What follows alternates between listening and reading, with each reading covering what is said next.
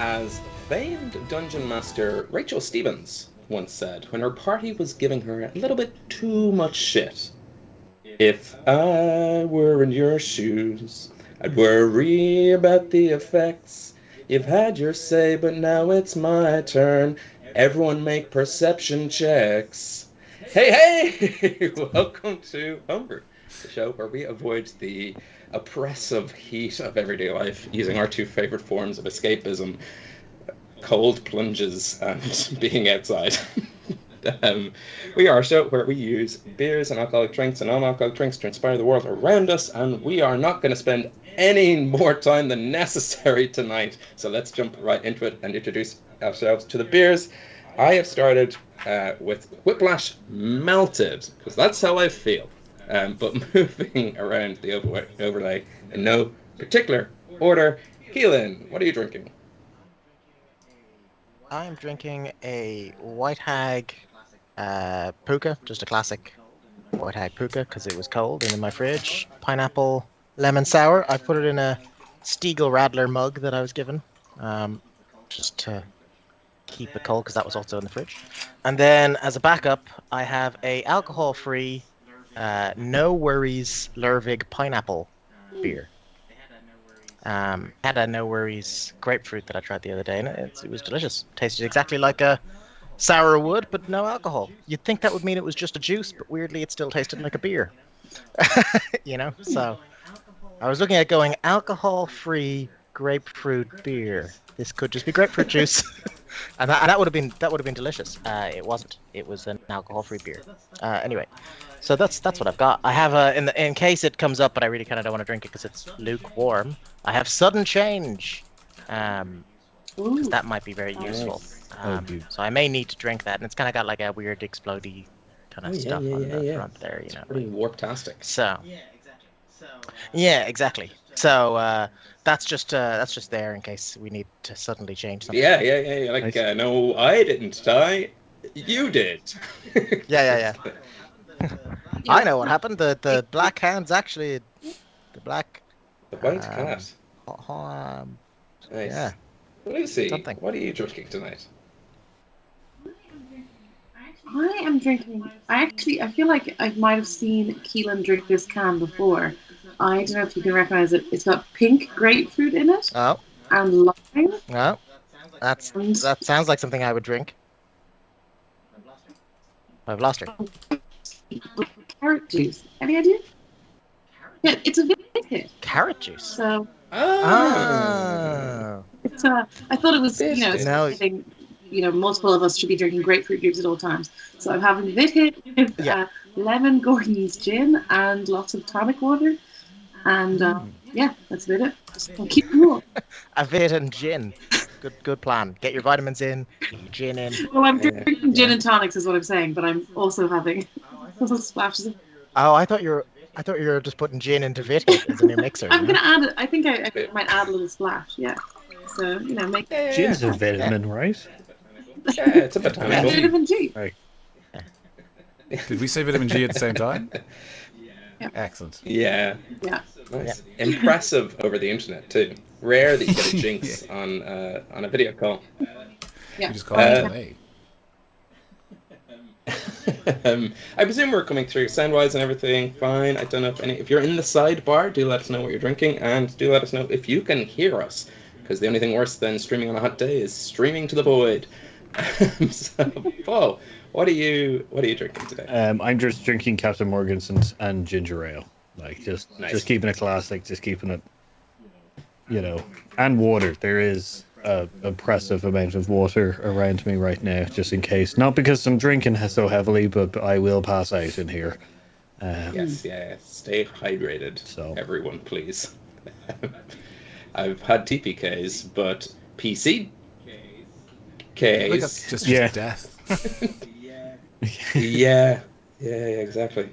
And Wes, what are you drinking to get us out of this section? I am making good on my threat from last session, and I bought wine, so I'm drinking the little Riesling. A Riesling, and not only that, in a chilled case, because as we've discussed on the podcast and show, it's absolutely sweating.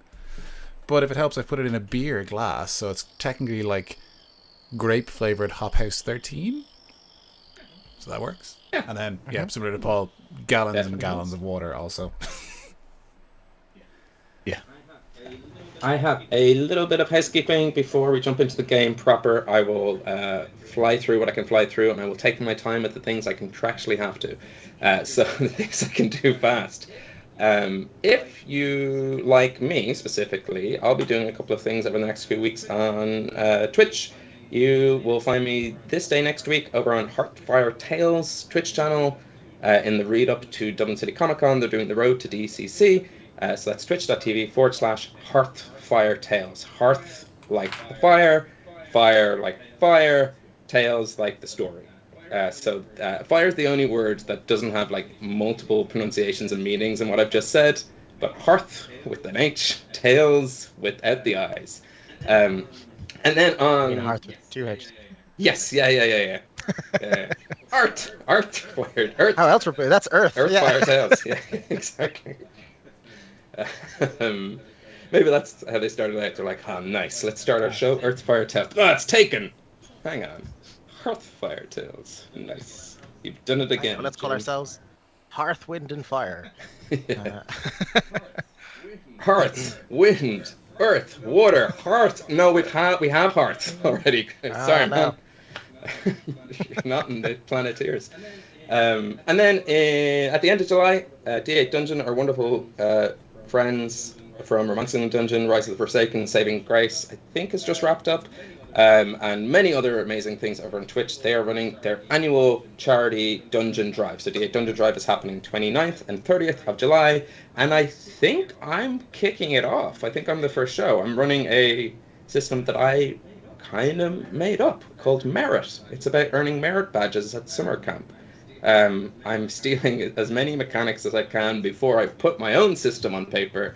So it'll be a big old blend of different things like campfire games, collaborative map making, and then I'll probably just look into a Powered by the Apocalypse system and just like reskin it. Did you intentionally wear your Scout we'll t-shirt to make that announcement, or is that a happy coincidence?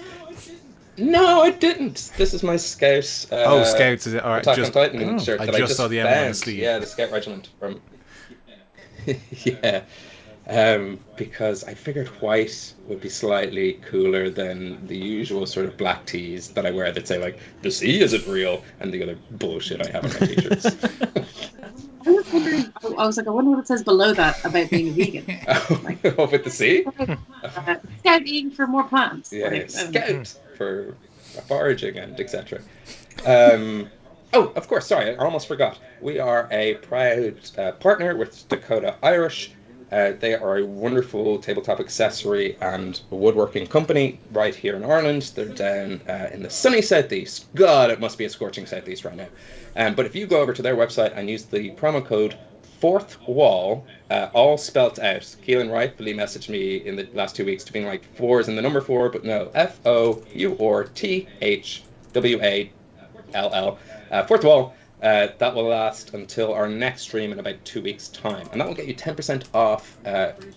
I'm pretty sure minus some exclusive stuff and some like pre-order stuff and some of the things they keep in the cabinets behind and away from plebs like us.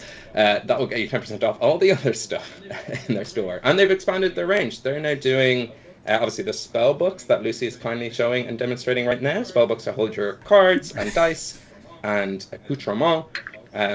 But also t-shirts and merch and plushies and basically anything you want to deck out your house in tabletop role-playing and Dungeons & Dragons and all the cool stuff. The stuff that, like, when you were a kid and your mom was like, put your toys away, that's not going to be cool. And I'm like, Mom, get with the times.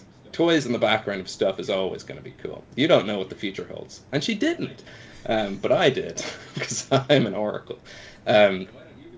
And why don't you be an oracle too by going over to TotalTowers.com using Fourth Wall. Lovely. Brought it full circle. I said the quiet part loud and the loud part quiet.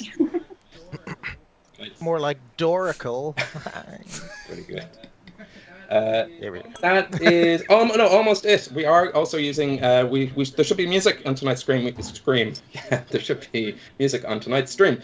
We're using Syrinscape, and if you want to add music to your games, epic games do need epic music. Head over to Syrinscape.com And it's pretty much, you can pay for subscriptions and unlock music packs, but they give you a solid, like, base free-to-use sound pack to get you started. So why don't you head over there?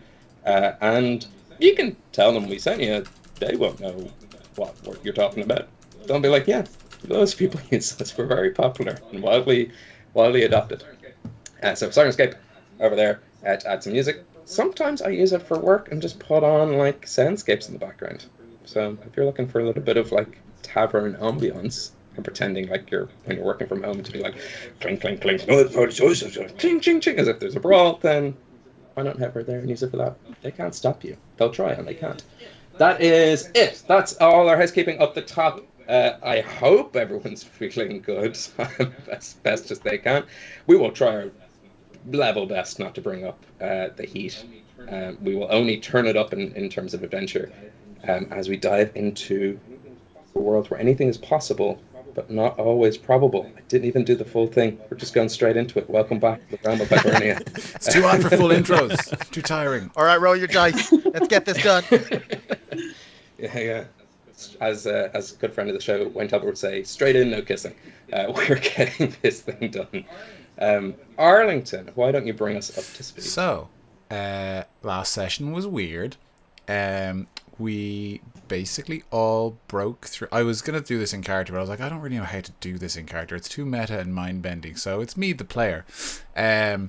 We broke through some sort of planar barrier and ended up in a realm of Dungeon Master notes, which was basically we were literally walking around and overcoming obstacles of giant words that were related to our previous excursions, and then eventually learned that we could affect those words or affect those words to affect our reality, which worked retroactively as well. We also learned that, we sort of learned most of it 2 sessions ago, but to confirm that Randy, as a person in potentially multiverses, Randia represents space, Arlington represents time, Hook represents destruction, and Iggy represents creation. And also I have my axe back. We started attacking words and moving them around and altering them and seeing how much history we could undo. The plan being to eventually let Iggy undo the deal she made with her mammy many moons ago, which meant that she couldn't actively try and hinder her plans to merge the planes together. And it all started working, and we got a lot of pearls out of it. And we changed a few bits of history here and there. Unfortunately, it seems to have drawn the ire of the Black Hound, whom previously had been defeated, as far as we know. No longer true. Almost like time traveling's a bad idea. And now we're kind of face to face with this snarling beast that wants to chew us up and poop us out. But my axe lets me teleport now, so it'll be fine. That's kind of it. It will be fine. Yeah. One crucial piece of information is that, what would you call it? Arlington's deity. Oh yeah, that's a big one. Or I suppose just the deity for all of the god of nature, Manon MacLear. Arlington got this sort of disturbance that they had died somewhere, that they ceased to be. So let me just see. I'm going to click a little play on this music. It should be, maybe it's because Syrinscape is the best. Syrinscape is giving me problems. Any problems with Syrinscape are purely on the fault of the user. It's funny that I forgot that part about Manon MacLear, because in my notes, in capital letters, I have written God is dead, which seems like a pertinent thing to have all the time. Maybe we're just getting a little bit philosophical. Maybe. I can potentially relink Syrinscape. Yes, yeah. Let me. That sounds like it did something there. Something changed on my computer. On my end, we're doing something wild, folks. To give you a little hint behind the scenes, is that I have the player open, but it's actually coming through Wes's computer. Now I can see it happening. Nice. Which means I can't hear it. I'm purely going off sense memory of if this music is good. So You would expect nothing else from the show that's pure chaos. All right. Any... Nope. Whatever Iggy has to say has been lost to the internet. Not only did she freeze on my end, but just incredibly blurry. It's frozen. Yes, yeah. I was about to say if anyone had any questions, and it sounded like Lucy did. And it's probably going to be an important one. Like, yeah. D&D word. I'll never know. Yes, you're back. you are. My internet is terrible all day. I've restarted it, so if I disappear, I'm just I don't know what's happening. Like my phone is dying. And who knows? It's the heat. It's the heat. Sharks have eaten the internet tubes again because they're swimming too close to the surface. Because we're slowly boiling the planet alive. But let's escape that reality and into a much more depressing one. You are all in my DM notes, the literal notes that I have in front of me. You were an episode behind me, so I have new stuff. As that happens, you do, in a matter of seconds, you just feel like a layer of creation disperse around you. You feel like new stuff has been born in this reality. And as certain as you are that you are somewhat not in control of your own story, you are equally certain that behind you, the slow padding footprints and the low snarling growl and this cast of shadow that wraps itself over you is none other than the stuff of your childhood nightmares, the Black Hound. And with that, unless anyone would like to do anything, I think we should roll initiative. Straight in. Let's go. Straight in. 10. Nice. Probably. I think I get advantage on initiative, but I can't remember where. Yeah. But sure thing. No, because like I have a little marker on D&D Beyond that says like you get advantage. I'm like, is that all the time or because of something, an item? There we go. Fair listing. You have advantage on initiative rolls. That's it. Also, if you're surprised at the beginning of combat but non-capacity, you can rage instead. There we go. Yep, advantage. Good.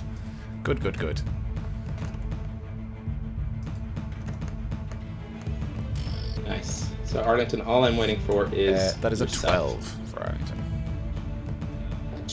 12. Incredible. And let me just reorder this. Enjoy your last moments on this earth. I get a puppy. Say your prayers.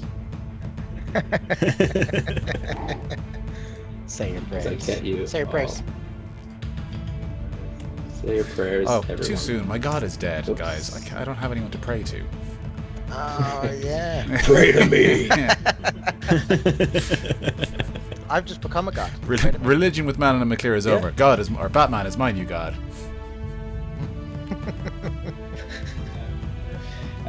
First up on the initiative is our good old friend Havana Ball. And he goes, seems like I'm not the fighting type, so I'm just going to go this way.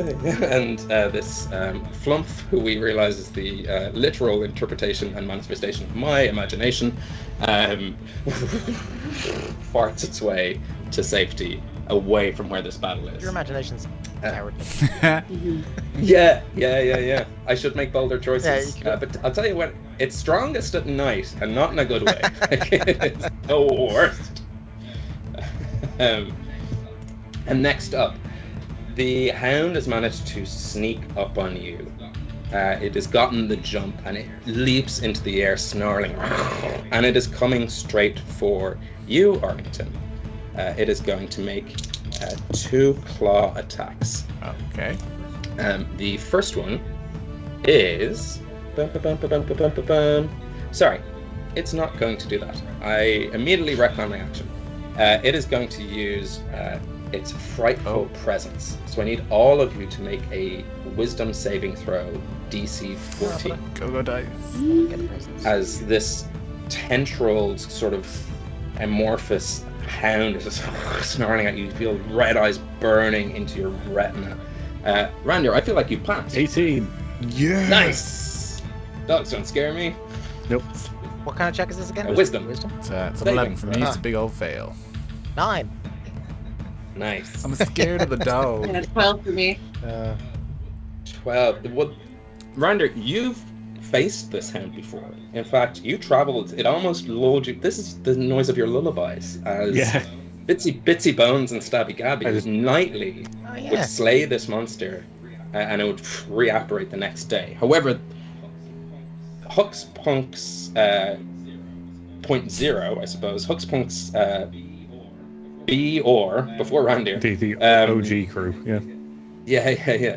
The last time you faced this, you ran for your lives. It wasn't for your good friend Lan Falon swooping down and banishing it with sort of radiant light that you managed to get away and make it safe. So you are frightened of this creature. You can repeat the staving throw at the end of your turn. And if you do succeed, you're no longer frightened for 24 hours. With that in mind, Arlington, you don't have to go home, but you can't stay here. It is your turn. You can't go closer to the hound, but I'm almost certain you don't have to use How far away am I from it? You can just... You are about, let's say, 30 feet, the average D&D distance. Just enough room to do something. Were I a magician... and I'm presuming when you teleport things, it's technically movement towards them, so that would count. Unless you want to jiggery pokery use some other thing. So, like, you know, if you were being weird, I would say if you teleported above him further away than you currently are and let gravity do the work, then yes, I'm okay with that. But you will take bludgeoning. Yeah, okay. That's I do like that. I do like that very much. I don't want to lead the witness, but I'm saying there are ways. Yeah, if that's not bullshit, I will absolutely. Okay. It is. So I'm just trying to rationalize it in fiction. So I think Arlington is terrified of the Black Hound, this ancient, unknowable shadow beast. So he panics and tries to bamf away. But Grud is very excited about fighting a giant puppy. So he's like, okay, we're going to bamf away, but we're going to go this way. So I'm just kind of tricking myself. So it's a bonus action to use this thing, isn't it? Yes. Which means I can't rage. Cool. I'm going to do it anyway. I'm going to bamf above the puppy and then start falling towards him. And then on the way down, I'm going to try and like Sonic the Hedgehog spin with my Blair Skull Axe and try and buzzsaw this motherfucker down. But the whole way down, Arlington, who is not raging because I use my bonus action to teleport up here, is screaming in fear, like, please no. Yeah. Give me an attack roll. I will let you know that as you dump hood into this creature, the general bludgeoning, buffering damage from falling, I put you at 40 feet because you had to be further away than 30, is 14 cool. damage. And that is unmodified by my rage. 14. Yes. Beep, beep. Ooh, I'm actually quite badly hurt because we were hurt from all the teleporting psychic damage, word damage before. Cool. Let's relax. Let's. Buffering damage. Buffering damage. Oh, that's a crit. Nice. First hit is an actual 20, and the second hit is 21. That's one shot. Yeah, that'd be hilarious. 21 also hits. So first one. Oh, okay. That's maximum damage on the first one, but I get to roll an extra d12 on top of that, so it's going to be 11 plus 1d12. Sorry, adding an extra die. Oh, I get to add an extra die because of my barbarian trait as well. I get to add extra. Crit? Where is it? Features and traits. I'll do that thing that DMs do to give them an illusion of power. It's like, I'll allow it. Brutal critical. I can roll brutal critical. I can roll one additional weapon damage die when determining the extra damage for critical hit with a melee attack. So it's 11 plus 4 plus an extra d12. Where are you? Ooh, 6. Nice. Okay, so that's 6, 10. So it's 21 on the first hit, and then just a regular attack for the second. So 12 altogether. So 33 damage altogether. 33 damage, a significant chunk, as all of you see Arlington zip into the air and begin screaming, falling forward, and like a buzzsaw through a beast, just and the spray of blood kind of rains down around you. 33 is what you say, right? Holy scamoli. I don't think you've anything else to do. That's all I can do. That's technically my movement and my bonus action and my attacks. And yeah, I'm just gonna stand there, covered in blood, standing on the Black Hound, be like, "I'm so sorry, I'm sorry, I'm sorry." And yeah. And it's not blood of a creature or beast. It's like blood made from pure corruption. It is almost. If this creature was any more OP, I'd make it acidic and have you take damage. But it has a smaller mouth within its larger mouth. I get it. Yeah, exactly. And I don't know how I've made this creature, but I do know I've given it legendary actions, of which at the end of your turn it's going to use one. It's going to use a action that I call, or a maneuver I call, reality warp or corrupting ideals. I haven't settled on a name yet, but the hound targets one creature and corrupts their core ideal. The effect of this action varies depending on the target, and it's going to target Iggy. Iggy, you feel this sort of energy being pulled from you. Now I have in front of me a stack of what I'm calling chaos cards. I have no idea what's going to come up, so I'm just going to shuffle this and tell you what is manifested in front of you. For people listening on a podcast, he just held up a deck of Cards Against Humanity. Yes, specifically the white ones. Iggy, yes, that's exactly right. Iggy, what appears in front of you is a powered exoskeleton. You feel this sort of mech machine just appear ahead of you. To give it some mechanics straight away, I'm going to say it's your size. I'm going to say it has photon blasters. And I'm also going to say that it will move your AC to 18, but it will take your entire round to step into it. Should you wish to... I can't tell if Lucy was frozen or shocked. Yeah. Both. The last one is it will take your entire round to like get into this, should you wish. Oh, it's a skeleton that I climb in. Oh, yeah, it's a powered exoskeleton for you. Is this the second alien reference in as many rounds? Get off of her, you bitch! That is its legendary action. Huck, you're up. You're scared of this thing. Was that a magic spell or not magic? The fear? No, it's just an innate. You know what? I've had advantage against saving throws against magic for all of that stuff, and I don't think I've ever used them because it's always like, nah, you're just afraid of the guy. Oh, my long reach trait weeps for you. Yeah. Well, that's probably just because you're not using it. That doesn't count, right? Not being charmed doesn't count against fear. No, it's not a charm. It is literally just like a snarling, bestial, slashing creature. Did I ever attack? No, I used the 5 points. Yeah, exactly. It's not cool. Charming. So, Huck, what would you like to do? I am going to go all out, and I'm going to try to use a spell, especially now that since I found out the ideal of destruction. I'm going to cast Disintegrate. Okay. Which is my first time, I think, casting Disintegrate, because it's a dangerous spell. I'm also going to cast it... Yeah, very cool. If I kill him, he could be disintegrated forever, and she'll have to wish for him to come back. Which would be good. Or something else. Which will be good. Yeah. Yeah, well, it would be a waste of a wish. She probably doesn't want the old hound back that much. And we'd be done. We'd be shot of him forever. I'm hoping to one-shot him. Yeah, it's not going to happen. But let's see. So, Disintegrate. I'm also going to cast Heightened Spell. For 3 sorcery points, it is my newer sorcery thing. It allows me to give him disadvantage on his saving throw. So, he'll have a disadvantage when it comes to it. Nice. Yes, what is the stat? 17 Dexterity. 17 Dexterity. I can tell you with disadvantage, which is clutch here because it was an 18 on the initial dice. With disadvantage, it's an 8. All right.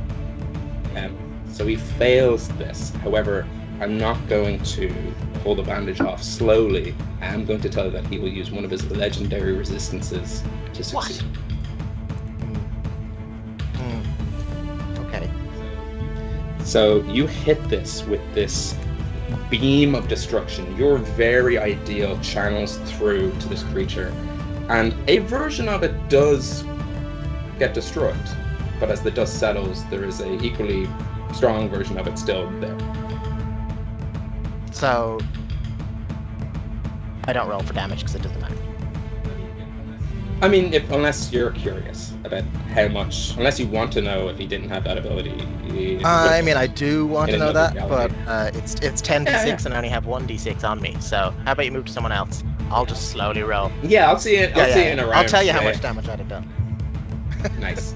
At the end of your turn, Huck, the Black Hound uses another one of its legendary reactions.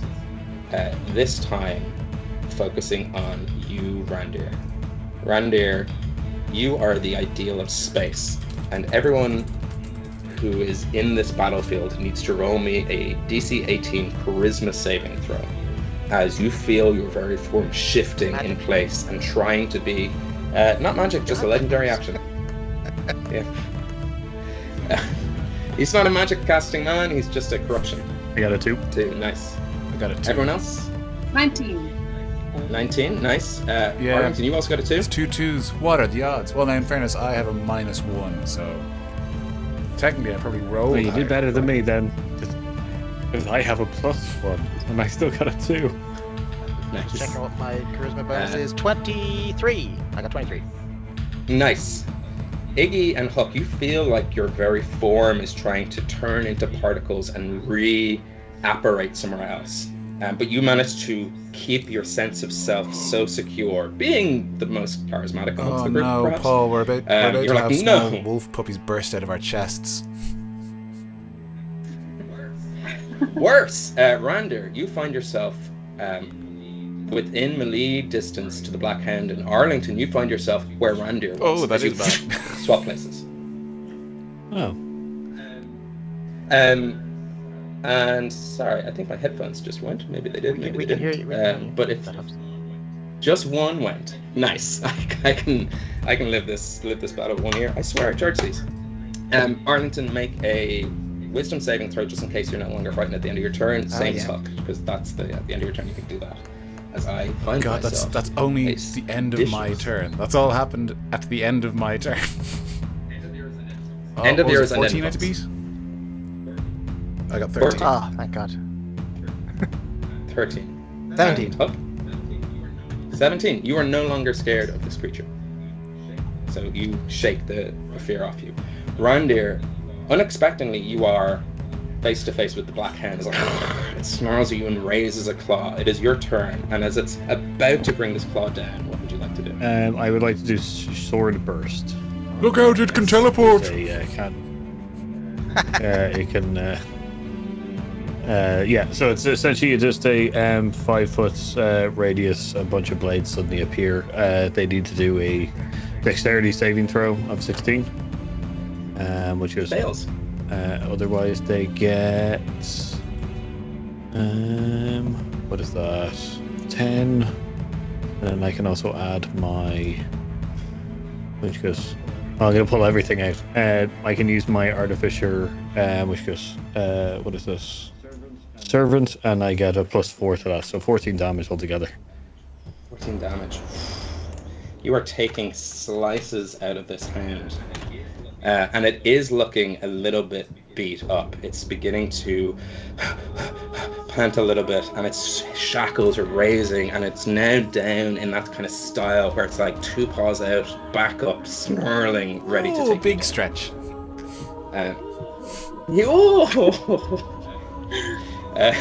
Anything else you'd like to do? You've got movement, bonus actions, etc., etc. Don't think I have anything for my bonus action, really. No, I already have anything too much to do right now. Yeah, so I'm fine. Just to warn you, I have my Warhammer out as well. I am warned.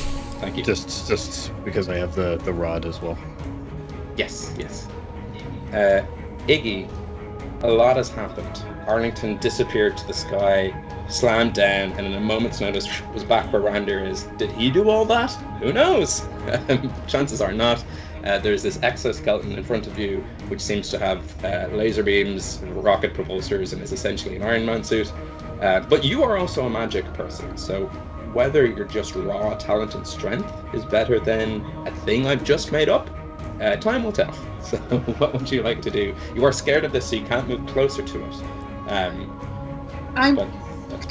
This suit that's in front of you, which I thought when you first described it was a skeleton attacking me, I didn't really get what you meant. I realized that. Does it look like something I could pick up and carry? No, it's very like solid on the ground. Okay. I think I'm gonna. What I was trying before, which was I think also fits in with being scared and like wanted to, as you say, not necessarily getting in the throes of it. I want to run away behind some letters and try and run backwards. And what I'm doing is the absolute, obviously panicking. And I don't know if that little helper man, if him not being here is going to have an effect. But I just want to be shouting it like, can I go to the page? Can I go to the last page where the hound was mentioned? And try and like what I was doing before, which was going to places in these notes. I want to try and like do that kind of find the hound again. Yes, give me an investigation check. Sure. That's a 9. Oh, that's a 9. You don't know, like, what in particular are you looking for? Is there like a specific thing about the hound that you're trying to find? Because there's multiple pages. It comes up quite often in my notes. There's episodes where the hound's meant to turn up, you just never get there. Pardon? Oh yeah, that's true. I mean, I was looking for just a mention of the hound, so that I could write something past it. But... There was a lot. You get all these sheets. There's sheets under world maps and lore. There's session outlines. There's past sessions. There's sort of histories of Hibernia. You could just take a random stab and hope that what you're changing is changing the right place if you want. But if you do that, you would be taking that psychic damage, or you can just let it blast past you. Pretty sure doing a random stab at changing the past isn't what I should do. So no, I think I'll like come back from not like that was not successful. Nice. I don't know. Am I then still in the room? Presumably. Yes. Yeah, you're still in this on this sheet. That's my go, I guess. That's the action. You got bonus actions. You've used your movement to kind of run as far away. Let's say you're now like 60 feet away from him. Send some inspiration to Randir because he seems very close. And nice. I'm going to send him pictures of dogs, like probably just memes of dogs doing cute little tippy taps. And actually, no, wait, I shouldn't do that. I should really ugly dogs. I don't know what he considers ugly dogs. I don't want to publicly say on the internet the dogs that I consider ugly because it's probably an unpopular opinion. Because I just want him to get the mindset of murdering the hound. So actually, yeah. Is that helpful? Fill in your own gaps, choose your own adventure audience, picture the ugliest dog you can think of. In my case, oh my god. Hey, Rander, who knows? And you have an inspiration. Rander, at the end of your turn, Iggy, the Black Hound uses its final legendary action of the round. This time, it targets Huck. Huck, I need you to roll a d10 and then a d20. Interesting. You know what's happening here is it is pulling destruction out of you and just destroying something in this area. The d10 is to decide what sheet of my notes. The d20 is to decide where on my notes something gets destroyed. There's nothing I can cast in order to get in the way of this. It's nothing like he's already doing it. I'm just using you as the excuse to. I'm placing the blame purely on you and not me for this. It better not. That's fine. It's fine. I was just making sure there wasn't anything I could do to make him miss. Change your. I better still become a brew god at this. Well, good news and bad news. Because I don't know who's the roll for. I rolled possibly the best roll that you can roll. I rolled 10 and 20. 10 and a 20. which means that you are now in past sessions, and because you rolled a 20, you get to pick anywhere between episode 0 pre-stream and episode 65, the last stream. Any number between 1 and 65. Oh, no. You can use dice if you want to decide, but something in here is about to be destroyed. I can give you some names if you want, just so to give you a general sense of where it might be. I don't know. Is that will make it easier to make a decision, but it seems less fun. Okay, logic being then episode 65, because the further into our past I destroy, the larger the changes will occur. So episode 65, and hope it's not an important one. Why would 65 have been a milestone in any way, shape, or form? It is where you get the Dagda's Cauldron, and also where Rander becomes a brew god. So we have a lot of choice here on what to destroy. Oh wait, 65 is the most 66 is what we're on, so I suppose you can pick 66 if you want. Oh yeah. Sorry, 66. I thought when you were giving me a range. You're giving me a range. Yeah, okay, I can remember. I can remember better. Yeah. I definitely don't want to eat everything we did in the last episode. Christ, where are the bad things that happened? Somewhere in the middle. Okay. Episode 30. Episode 30. Jailbreak. So good, I remember it. You that one. feel your mind moving into the city of Drake, the Elven city, where the sky is the ground and the ground is the sky and the sky is the Oh, we're back to this. Yeah. And you are trying to get Abby de Vauclair out of prison. Come on, let's go. Of which it never happens. You just go to prison, or I don't get her out? You never get her out. Oh no. So Abby de Vauclair, wherever she is in Hibernia, is now back, or potentially always was in the prison of England. And you know for certain that is a fact. Sorry. I hope that prison She was didn't never get in destroyed prison. in the I'm completely wrong. Captain Fresh Prince of Kildare was in prison. Okay. That's who we were rescuing. No, that's who we were rescuing. And we weren't even that sure that we wanted to rescue them. I have other choices. Okay, I'll give you a choice between 1 and 4, and I will mentally in my own head make a decision. That's 1. Roll a d4. Yeah, roll a d4. 3. 3. Oh no! I mean all the episodes. 3, 3, 3, 3, 3. What could we do here? Okay, I'll make a note of that, and I'll know what happens. To your mind, is it worth telling you? I think it is. In that episode, Little Ulgan, Hophouse 13, and Star O'Brien were also in prison. You left them there, and they escaped. This time they don't, and they face the gallows. Oh no. So Little Ulcan, Star O'Brien, and Hophouse 13 no longer exist. My friends! And we go to the top of the round. And Hophouse 13. They are no longer in the kingdom of Osri, helping to train our army. Now I they care. faced the gallows and died. Those random NPCs we never thought I we'd don't see care about again. people's No, feelings. I whatever. care about my infantry.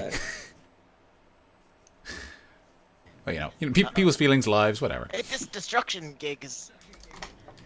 It's a double-edged sword. Top of the round. Arlington, the Hound. Sorry, Rander, the Hound is on you. It takes 1 slash at you. And with a 14, does that hit? No. Sorry, 17. My mistake. 17 is on the nose. I'm on the nose. He hit you on the nose. You take 9 slashing damage, but I also need you to make a DC 15 strength saving throw. As it tries to use this massive claw and pin you to the ground. And no, 18. 18. Nice. You managed to, with your warhammer between that claw, hold it up as it is trying to knock you prone, which means as it gets its second swipe, it's not getting an advantage. You're not prone, and it's over your head. and you feel the wind and this wet breath on you. It's going to stay where it is, which brings it to the end of its turn and over to Arlington. Arlington, history is being destroyed around you. Your very domain of time is being messed with. The more pressing threat, of course, is the Black Hound viciously trying to attack your buddy Randir, but Randir seems to be holding his own. Okay. And your god as well. Yes, and your god's dead. That's the main thing. Yeah. I also realized that I just salt and vinegar. I also think I should pay a price here because I completely forgot one of the biggest setbacks of the feared trait is that you have disadvantage as long as your source of fear is in view, and I did not do that for either of my attacks. I didn't pick up on it either, and I thought about it afterwards, and so I blame myself as much as yourself. I think in reparations for this, I will do something reckless, so potentially throwing away my turn, but if it works, cool. I'm up for it. So I'm going to. I think you wanted to do something. Arlington turns to run away, terrified of this giant Black Hound, and then bonus action rage. So then Grud will turn back around, grin, and somehow roar and whisper at the same time the word boomerang, and he's gonna throw the Lair Skull Axe at the Black Hound as hard as he can. Nice. Give me a... I don't think we have stats for ranged attack, so I'm just going to take a straightforward attack and assume that's how you work now. For hand axes anyway, you make a strength check for ranged, as far as I know, because it's not like dexterity, like a bow and arrow. Sure. But I'll have disadvantage for this thing either way. So. Thing. Yes. While this is happening, Iggy, give me a wisdom saving throw to see if you're no longer scared. I got another crit, but we're going to have to roll for disadvantage. 14. Oh, 14. It hovered. You are no longer scared. It hovered on the 20 and rolled to a 2. Sorry. That's fair. It's good. It's for the best. So I can't make my second attack because I've thrown the axe, and the two attacks that we've taken. I don't think I have any javelins. I think I have one javelin left actually. Give me a. Give me a straight D20 roll. No religion. yeah, exactly. I have no stat to add to it. My precious religion stat. 5. Okay. Yeah. The axe, Randy, you've it's like arced overhead. It's actually over to the side, away from Val. You try to throw it in an angle that can move all the way around, and it just skids. It's quite an impressive throw. Like for two obviously misses, but it's also bad. So I'm going to say you threw it like 45 feet away. You really just put your hip and back and all body into this and whiffed it as this axe ching ching ching ching ching and carves off maybe a couple of letters from like my last notes. It was no longer Rachel Stevens who introduced that. It was Rachel Evans. Not Rachel. Dungeon Master. It was Rachel. Who's Rachel? Cool. Then I will. Little help. Well, like calling to Randir because I'm asking him to pass the ball back. I want to then. I'm gonna run around use my movement to run around like the perimeter of the Black Hound and try and stand.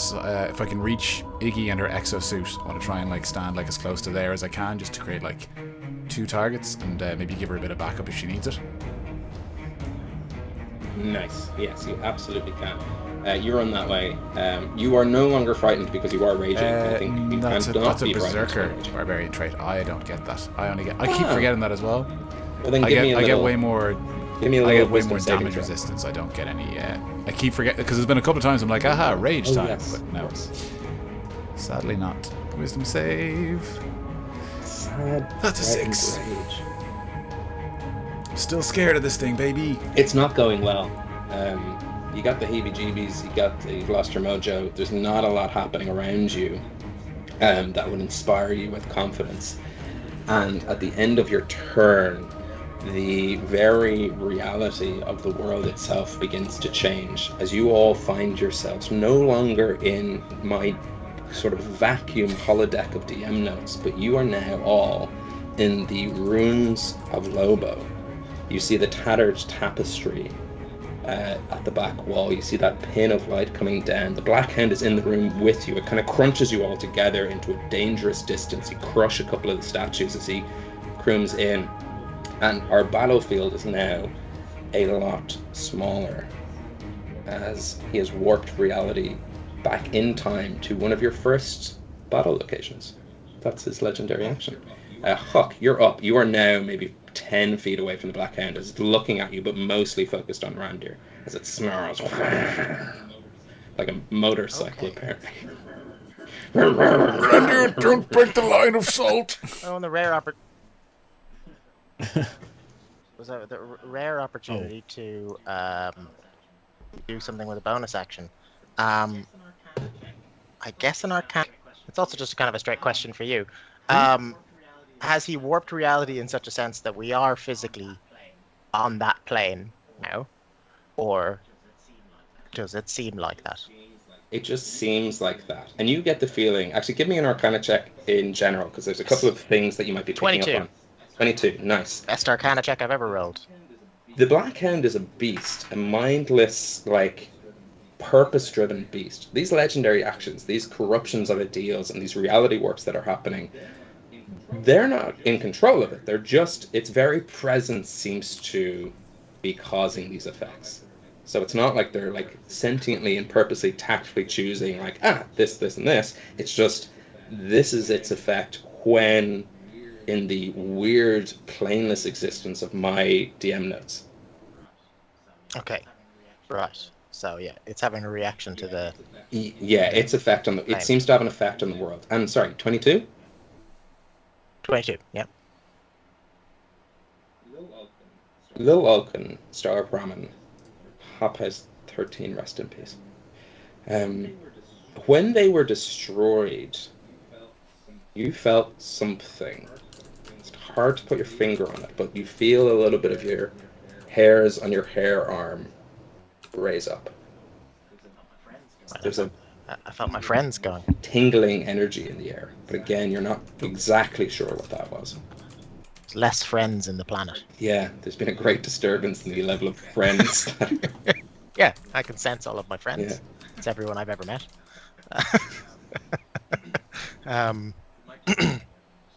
It might just be when they're being destroyed because of the destruction there. Okay, well, having established that we are not on a different plane than we were, I am going to try to banish the Black Hound. Nice. Pretty straightforward. If it's not from this plane and I do banish it, and again I'm going to use my sorcery points to give it disadvantage, then I'm going to try to banish it. It's a charisma saving throw. For it to not be, it's 17 that it has to hit. It has disadvantage. And yeah, if it's not from this plane, then when I banish it, it'll be gone. Nice. Threads of reality begin to form around its shape, almost like 3D scanning, knowing exactly what to take out of existence. And once again, its hair rises up, and it just wants to stay here so much. It has a mission to destroy adventurers. It hates adventurers traveling, anything to do with exploration, and it used up another one of its legendary existence because it only got a 7 on the dice. That's 2 gone. But I was hoping it didn't have any more of them. Interestingly, and it's entirely up to you, I have been rolling my chaos thing, and I rolled. Oh, nice! Yeah, let's do it. It hasn't happened in a very long time, but I rolled one for that spell. Give me a give me a. And we're only in a tiny enclosed wild space. magic. So fireball! All right. Disintegrate. Disintegrate your party. That's what Ben wrote into his own custom list. Yeah, give me one of them. Nice. Well, I have a 1 in 100 chance of rolling the end of Homebrew. We all just pack it up. it's the hot weather that got us in the end. We're so sorry, guys. Oh. It's not a satisfying ending, but it is the ending you get. What'd you get? Yeah. Sometimes you shouldn't play with chaos magic. It destroys the whole world. We're all waiting for the next Brandon Sanderson, just like we're all waiting for Homebrew to end. It doesn't come. 72. 72. Sorry. Roll me 5d6. Okay. I should really look at this table and know what to hope for. Okay, that's 2. Nice. That's a 3. Yeah. That's a 3. That's a 5. So 2 5s and a 3. That's 10, 13, and then there's one more roll. And a 4. That's 70. If you're counting. This seemed innocuous when I wrote it, but we didn't have Randir in the party, and the end game of the show wasn't kill old dwarves in a set amount of time. But you cannot get drunk for 17 days. What? Which also means that you cannot gain benefits from Randir's brews for 17 days. Oh no. Oh no. That's bad. Yeah, I didn't. I just thought it was a funny thing I wrote down. I'm so sorry. Well, I'll open my alcohol-free beer. Yeah, get used to them. I suppose, Randir, you could brew some. I feel like that goes against Randir's like personality. I feel like you'd specifically refuse. I could, and it could save my friend's life. It's disadvantage on things. Yeah, I could make some mocktails and then just immediately destroy them in a fit of kind of like, no, I won't go against my principles. I feel like Randir doesn't make alcohol for the flavor, though. I don't think any of his most of his booze doesn't taste good. It's just pungent. People enjoy for its robust flavor. Oh no, that's the thing is only one of my brews does not taste great to everybody else. Because like I've got the it is the one that I constantly am trying to sell, but it's his favorite. I meet a hero. That's a pretty good one. Molotov Hucktail, which is I think gone now. It's been gone. Yeah. And there's both of you, Arlington and Iggy, both have a Randir brew in your inventory somewhere. I do. Yeah. Yeah, am I the only one who uses mine? Yeah, mine is great. Yeah, have a look at that. I give Canvases. That's a pretty good name. Randir, you need a quality control team to go around Hibernia to give the impression that Dying Light Ale is like, they keep the pipes clean and there's a good place to get it. And like, what a precious one. You need a marketing team the strength of the likes of which have never been seen. I'll get that white hag to come help me more, Yeah. Scare people into enjoying it. Remind me, where are we?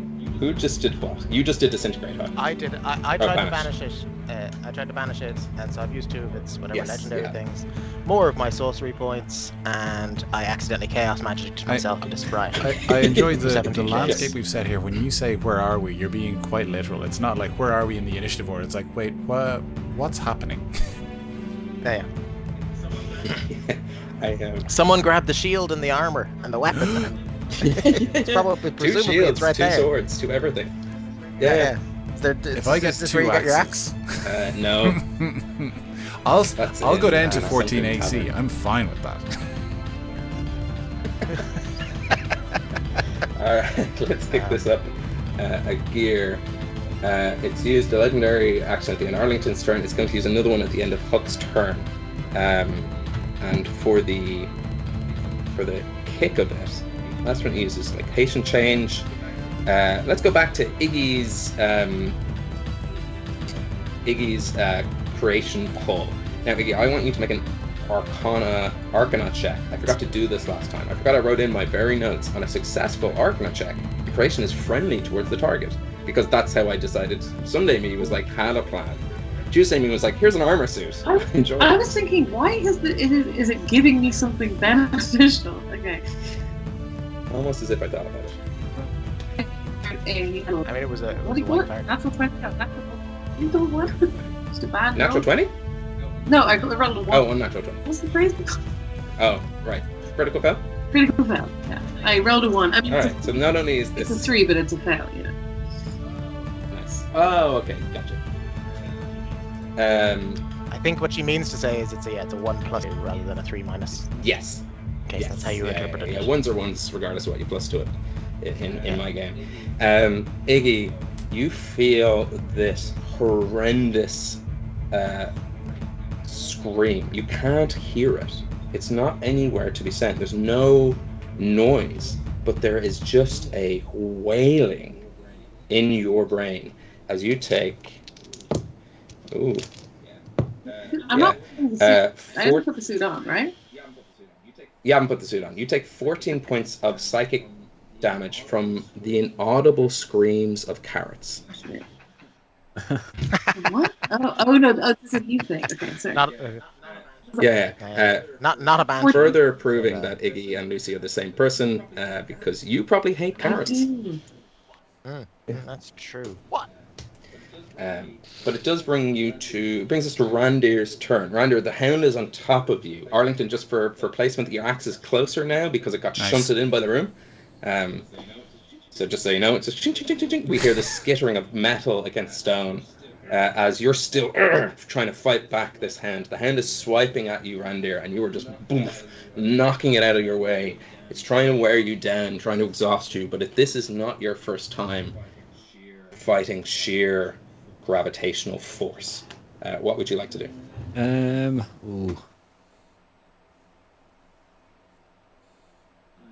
I'm going to cast.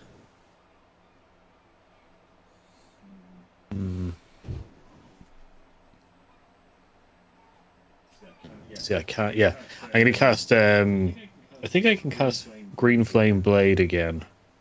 Which is a cantrip. Casting time takes 1 action. But I think it's duration. It says you brandish the weapon used in the spell's casting and makes a melee attack. It's 1 creature. Nice. So it is a D. Let me go. So I can also use my proficiency bonus with the Warhammer to allow me to.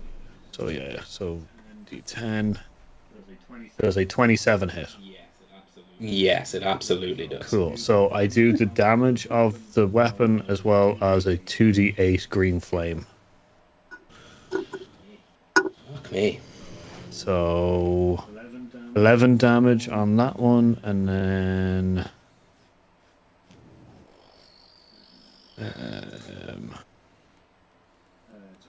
12 damage on that.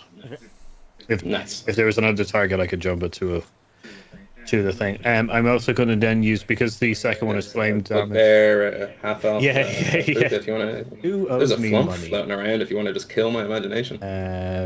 No, I'd like to nourish it, nourish it and make it better. I'm going to use. That's really sweet, but it also could be an insult. I'd like you to make your imagination better. That is. I'm going to use which is my artificer servant to also give that damage +4 as well. So it'll be an extra +4 fire damage. You all see as Randir takes his warhammer. It is a hefty piece of machinery, and with a sort of fluidness, using the kind of momentum of strikes. Oh, go ahead. I also forgot that it's an infused enhanced weapon, so it gets a +2 to the original damage as well. Okay. So yeah, nice. Essentially, just the ridiculous. If I lose this weapon, I'm just a spellcaster.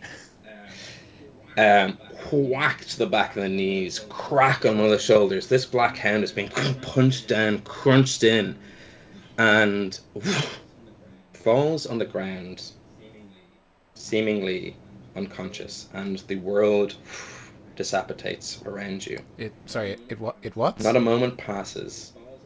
It falls on the ground, seemingly unconscious. Yeah, I think you meant the dissipatate. Oh, dissipates? I enjoy it. Dissipates. It is dissipates, but I quite like dissipates. And I was actually kind of hoping I'd be proved wrong. I was like, no, that is a word. I'd be like, oh, new word. Probably isn't. Dissipates around you. The saps are taken out. Next week, dissipates for 10% discount on Dakota Irish. We actually should use my what do you call it? Because no one will guess whatever you call the. No one is inside your brain. Yeah. Literally, no one will get the discount. All the more discount for us. You're back in my void of DM notes, and not a moment passes when you hear the crack of bones in this creature as it just seems to raise up again. And it growls at you. Fire eyes turn to inky black, and as you just see one in front of you, it begins to like vibrate and almost shake about reality and just and splits into 3 smaller black hounds as it casts mirror image on itself as a natural reaction to being knocked down out of one of its health point pools. Counterspell? Yes, you probably could counterspell it. I don't see why not. It does use what am I saying here? So from my notes, and I will share these in the Discord later if you want to join the Discord and see how the Black Hound works and point and do it. Get you. There's plenty of Geigies here because I haven't been following the stat block as well as I should be. To be had. So if the Black Hound is reduced if it's an ability, then HP, you can't counterspell. But if it is a leveled spell, then you can. I wrote into the stat sheet it casts That's mirror spell, image then. on itself. So I got you can counterspell this. Yeah. Use a reaction to counterspell. You don't need to. Mirror image is a 2nd level spell as far as I know, if not lower than 3rd either way. Level, you don't know. Okay. Probably not. I don't know if there's a 2nd benefit level, to so- casting on a higher level. I considered it. No, there is a benefit, I think. It says that I can Yes, do it no, anyway. you don't need to. You don't need to roll. You don't need to do anything. As the Black Hound tries to pull itself into 3 forms, and then Hook, you manage to just squeeze it back together and capture it where it is. It is now Oh, no, you in a don't. 2nd HP pool without its ability, which is there was meant to be 3 of them to make it harder. Now it's just straight up fist on fist. Paul? Dear, was that the end of your turn? Yeah, I think so, because I don't think there's anything really that I can do with. Nice. At the end of your turn, it's going to use one of its legendary actions. It hasn't targeted Arlington, so don't be that Geigy you could have won once. I meant to use all 4 of you before I go back to any one of you. And I just enjoyed pulling cards for Iggy, so I jumped the gun there.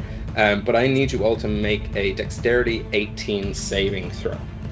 As the concept of time begins to corrupt around you and you feel yourself slowing down, speeding up, not sure exactly when.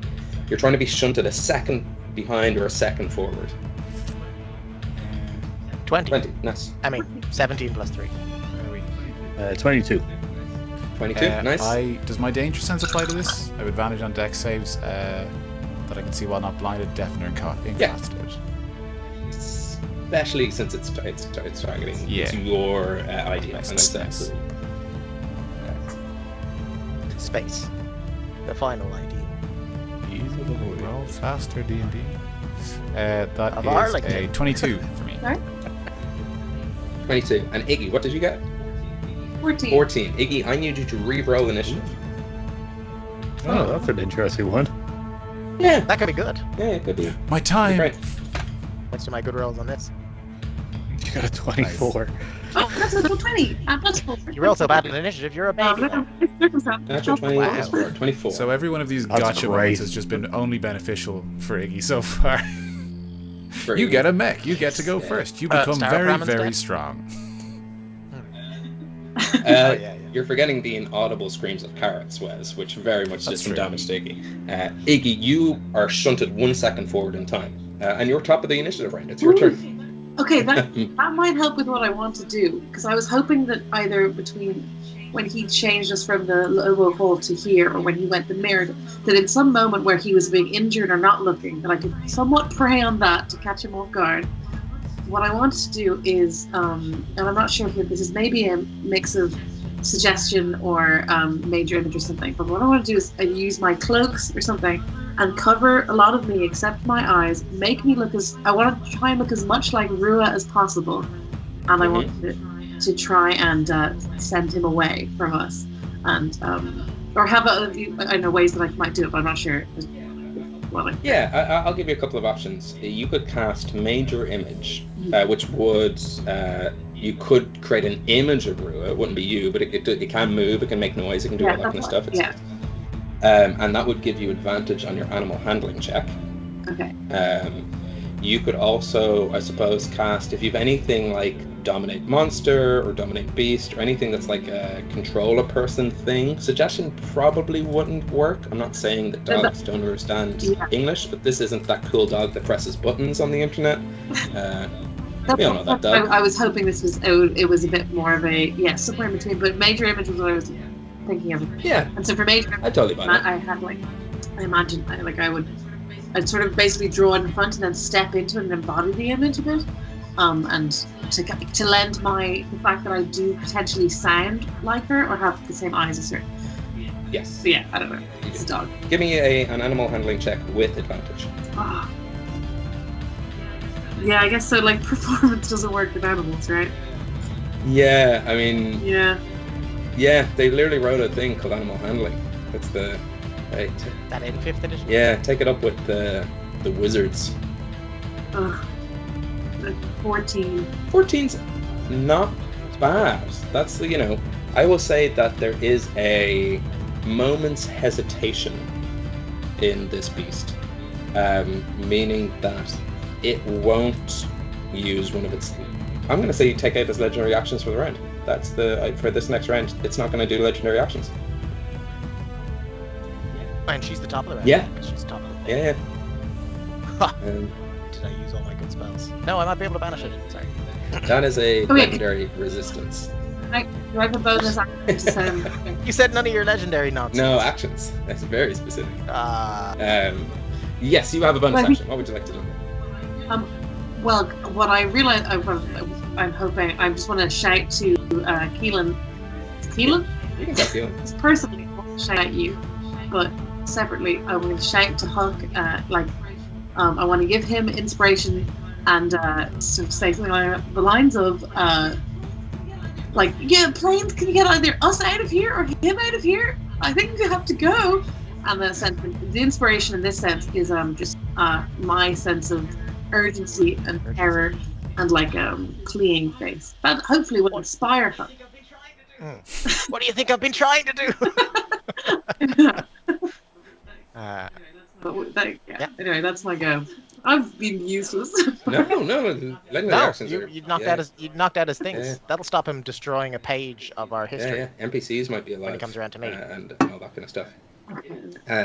It is the Hound's turn, and having just tried to mirror image and being counterspelled by a wizard's things that it hates more than anything else, and it senses something in you, kind of sniffs the air and realizes that a puka, if anyone's going to explore Hibernia, it's a puka, and the Hound snarls. It uses its bonus action to Misty Step across to you, as it disappears from you, Randir. And I told you we could teleport! I told you! And it's about to take 2 swipes on you, my little hairy friend. The first swipe is a 8. I presume an 8 doesn't hit. Nope. As this paw comes down, you seem to sidestep it. It comes across. You're just sort of dodging out of the way, like a rabbit might escape a hound, you might say. Yeah. The second one is an 18. That hits. That hits. All right. That's certainly a hit. As you take 6 plus... What's this plus? 6 plus 4. 10 slashing damage, and I need you to make a DC 16 strength saving throw as it tries to pin you down. I'm gonna use my flash of genius, my last one, to give Hook +4 to it. Nice. Okay, that's good. Did I get inspiration? Yes, you also have Does that inspiration. You can use the inspiration here if you want. Cool. So I have advantage. Is that what you don't have advantage? No, she gives me a plus. She gives me a plus of something. Yeah. D8. D8. D8. Okay, so it's plus straight 4 from Randir. Yeah. Correct. So that's just 4, right? And then I'm rolling a D20, and then, or did you ask me to roll something? Just a D20, a strength saving throw. D20. But I suppose if the dice says anything above 15, you're good, right? In fact, anything above 11. Oh wait, I can re-roll ones. Great. You need to get that on a t-shirt for halflings. You were like, if the dice says anything above 15, I'm like, well, it says just the 1. worst. Be a D10. It's too late. Yeah. Oh no, right. She hasn't. 7 plus 11. 4. So you 11. could add your inspiration. So I just need to. And it's a D10. D8's necessary. Yes. D10. Yeah, because she's doubled up. Sweet deal. 2. You. Second. There's other stuff. I have all sorts of things. Although, it's when they occur.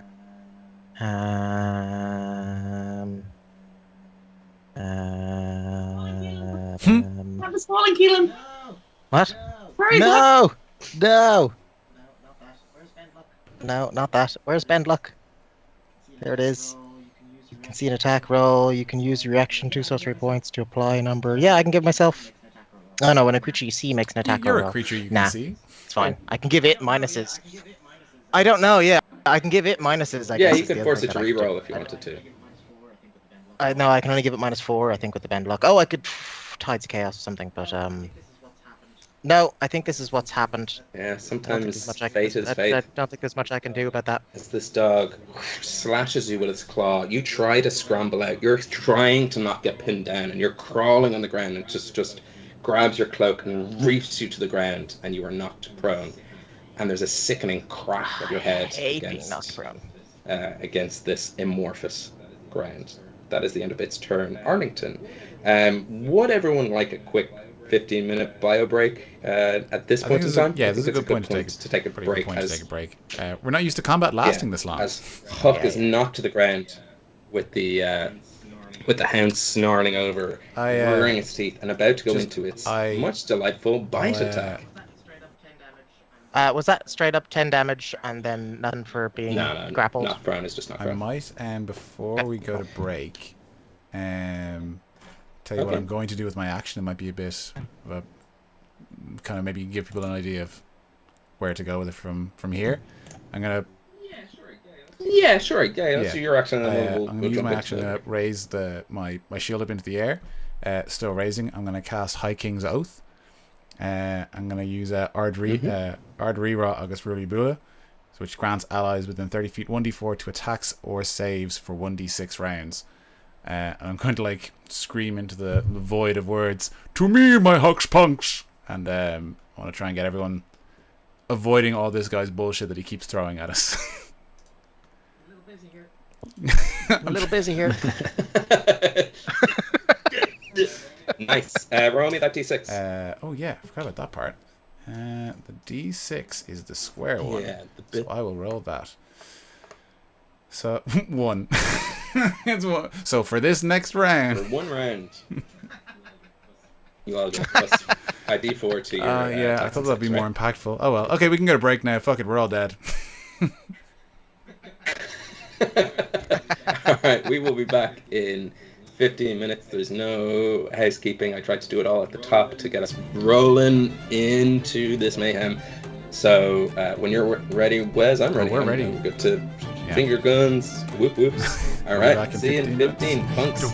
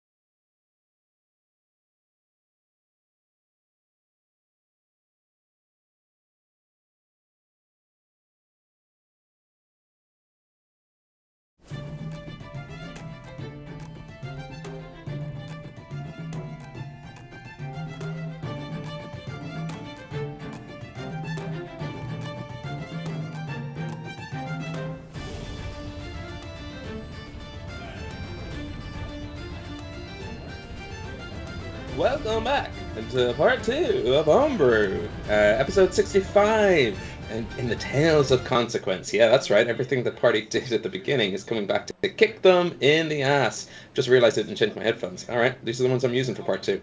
I was going to swap into my elf ears. I'll find it. They're similar. I mean, the first ones you had are very, elvish, like the elves in Lord of the Rings, and now the ones you have now are like the guy who edited Lord of the Rings, so it's all very thematic. Yeah. It's all in the same world. Yeah. I'm not going to spend a lot of time doing some like post part 2 preamble. Just that if you don't appreciate the sweat, blood, and tears we're putting into the show, that's fine. We do this for love. And if you do appreciate that, if you are one of those people who is kind of heart and good of soul, why don't you give us a follow on at Homebrew Quest across all the older social medias. We're on the kind of Facebooks, Instagrams, and Twitters.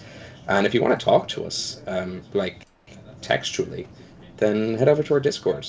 That's on our Twitter. You'll see it pinned there. Come join us. We've got there's camping talks going off. There's a little sidebar chats happening, beer talks, game talks. We keep it pretty chill. It's not a very bombardy Discord, but I do find it a very wholesome and cozy snug of the internet.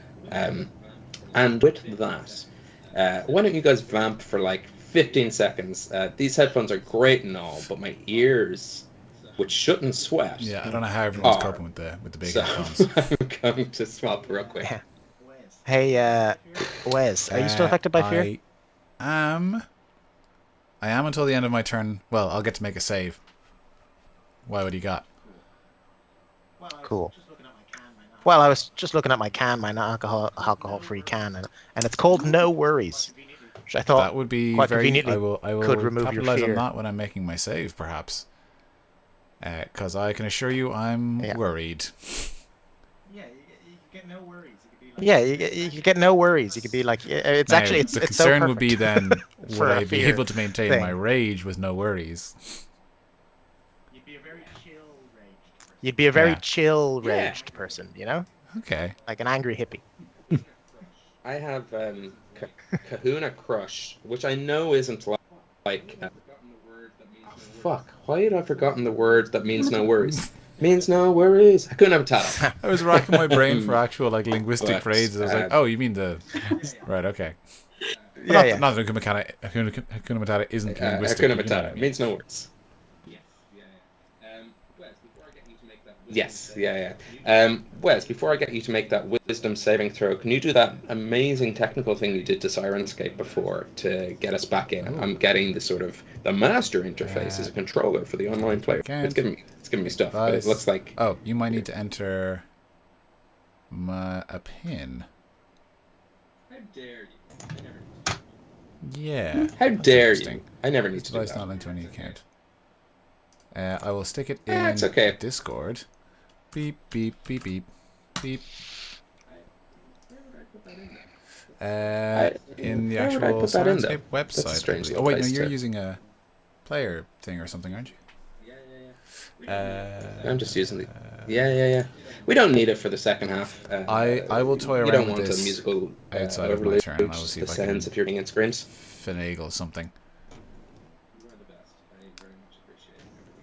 You are the best. I very much appreciate everything you do. But it's not the end of my more turn so than just that, yet. I need you to make a wisdom saving throw. Oh!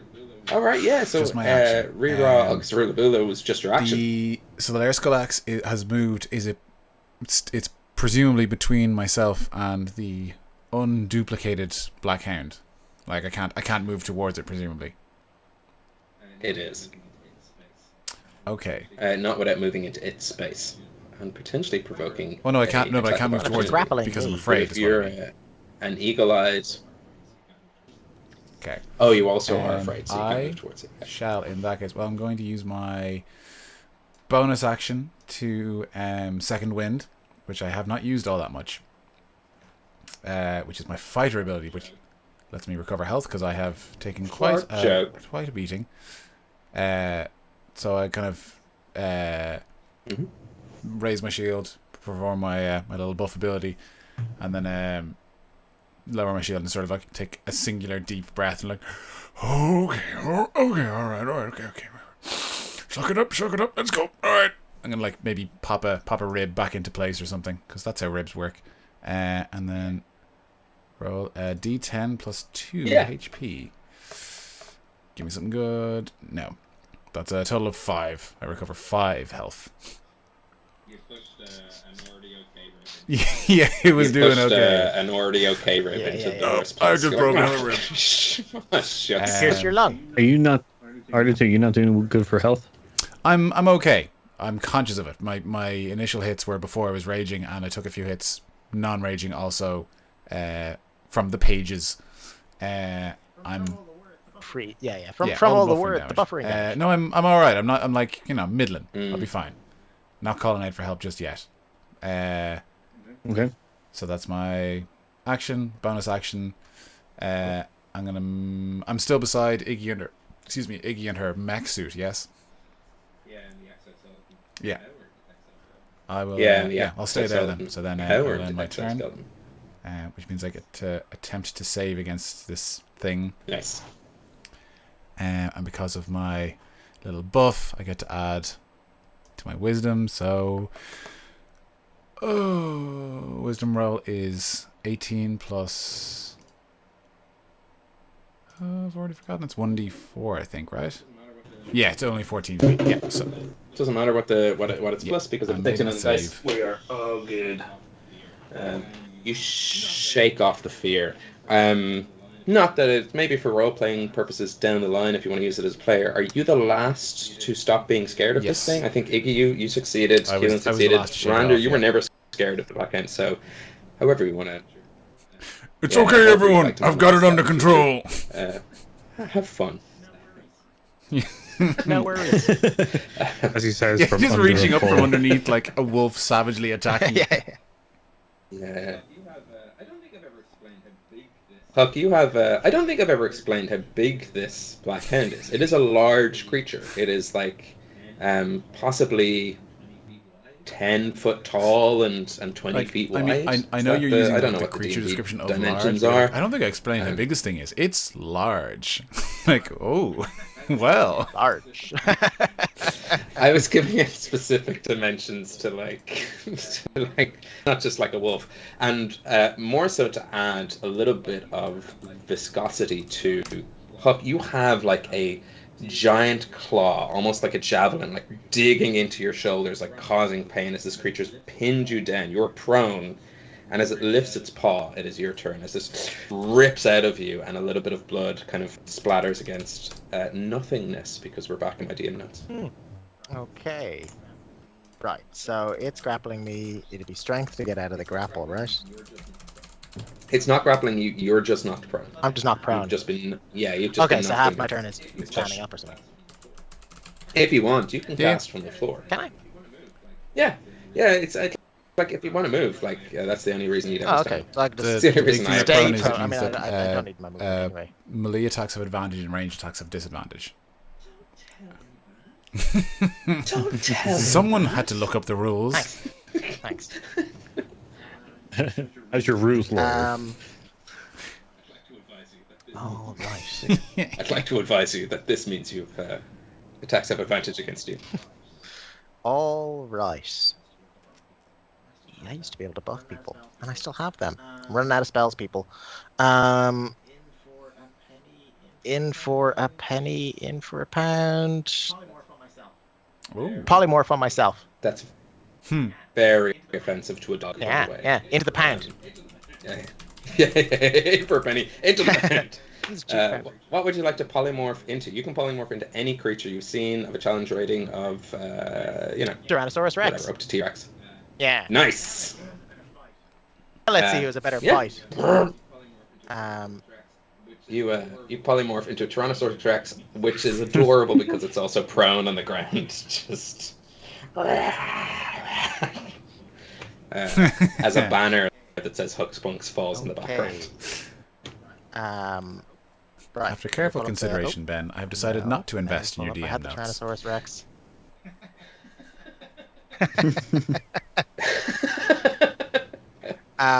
It's in.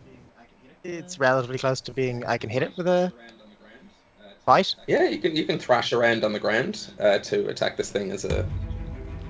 And Yes, I got the go ahead there. Should be hearing music coming. It is coming through. Hooray! Thank you very much. Brilliant. Give me some attack rolls. I can attack from. It's just gonna be bad, is it? I'm gonna. Yeah, move. the only thing is you're. I just wondered on a- if in transforming into a Tyrannosaurus Rex, I can, somehow in gaining size, just be standing up, not be a proud individual. Sometimes I am nice, and sometimes I follow the rules. And in this case, I'm following the rules. You polymorphed on the ground, prone. I don't think it makes you not prone, but there's nothing to stop you. Just if you're not planning on moving, Standing up just takes could half. Yeah, that's what I'm gonna do. Yeah.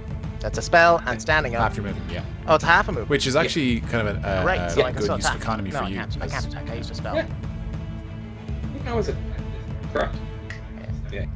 You can't attack I've this used a turn spell. because you've used the turn to stand up I and have a spell, polymorph into it. That's all good. I'm a Tyrannosaurus Rex. I'm going to tear this thing to shreds.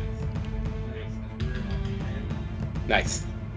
As we're our hound No worries. against Rex in a kaiju battle. Yeah, For I like the ages. idea that while it had its paw on me, I was just slowly turned into a giant, and then it just its paw on like my toe.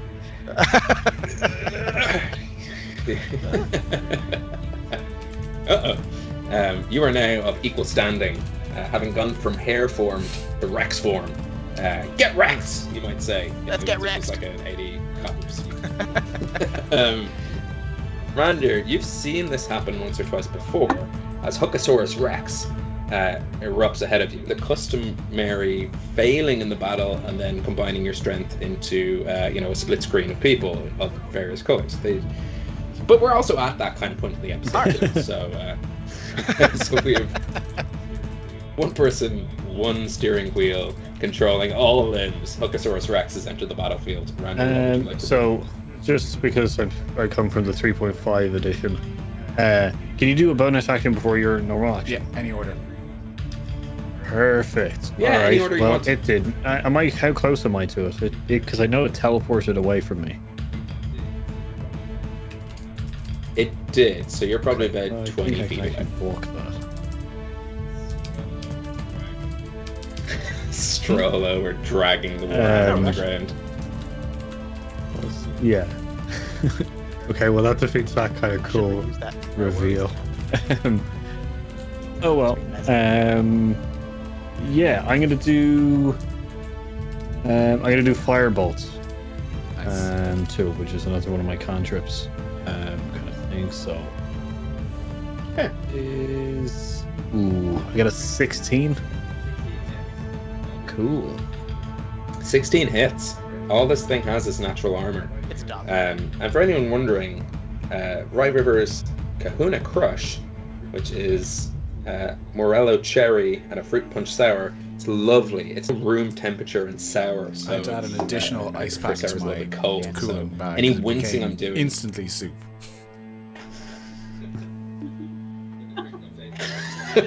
So with the drink update, you're 16 hits. Okay, so this thing my only has natural firebolt armor. does 3d10 damage. 3d10. Oof. Chunky. Yeah. Whew. How does Rander cast firebolt with a warhammer? Like, what does that? I don't think we've ever seen you. We've seen you like melee attack and So fuse your actually, weapon. I What don't does this one? cast Paint it us a little picture. with the warhammer. I essentially channel through Keggy, which gets so essentially Keggy essentially lights up in the kind of different I guess the different energies. So for fire, it will be kind of an orangey yellowy glow kind of thing. And then I cast it through him because he counts as my homunculus servant and also as my alchemist brewing tools. So essentially that when he does it gets cast like into my hand from Keki, and then I just kind of shoot it like a spell. So unless it's Nice. specifically Yeah, like lovely. green blades or something, which essentially the thing will go through it. I do 22 damage, and then I can use also Alchemy Servant to give it a +4 because it's a fire damage as well. So, Oof. There is just this little flame, and you're kind of you're not in darkness, but a dark place. My notes are in dark mode. But as this flame just takes over the battlefield, you get these flashes of Arlington's face. The worry, the fear is now just turned into rage and anger. Iggy's kind of searching for notes is a steely focus.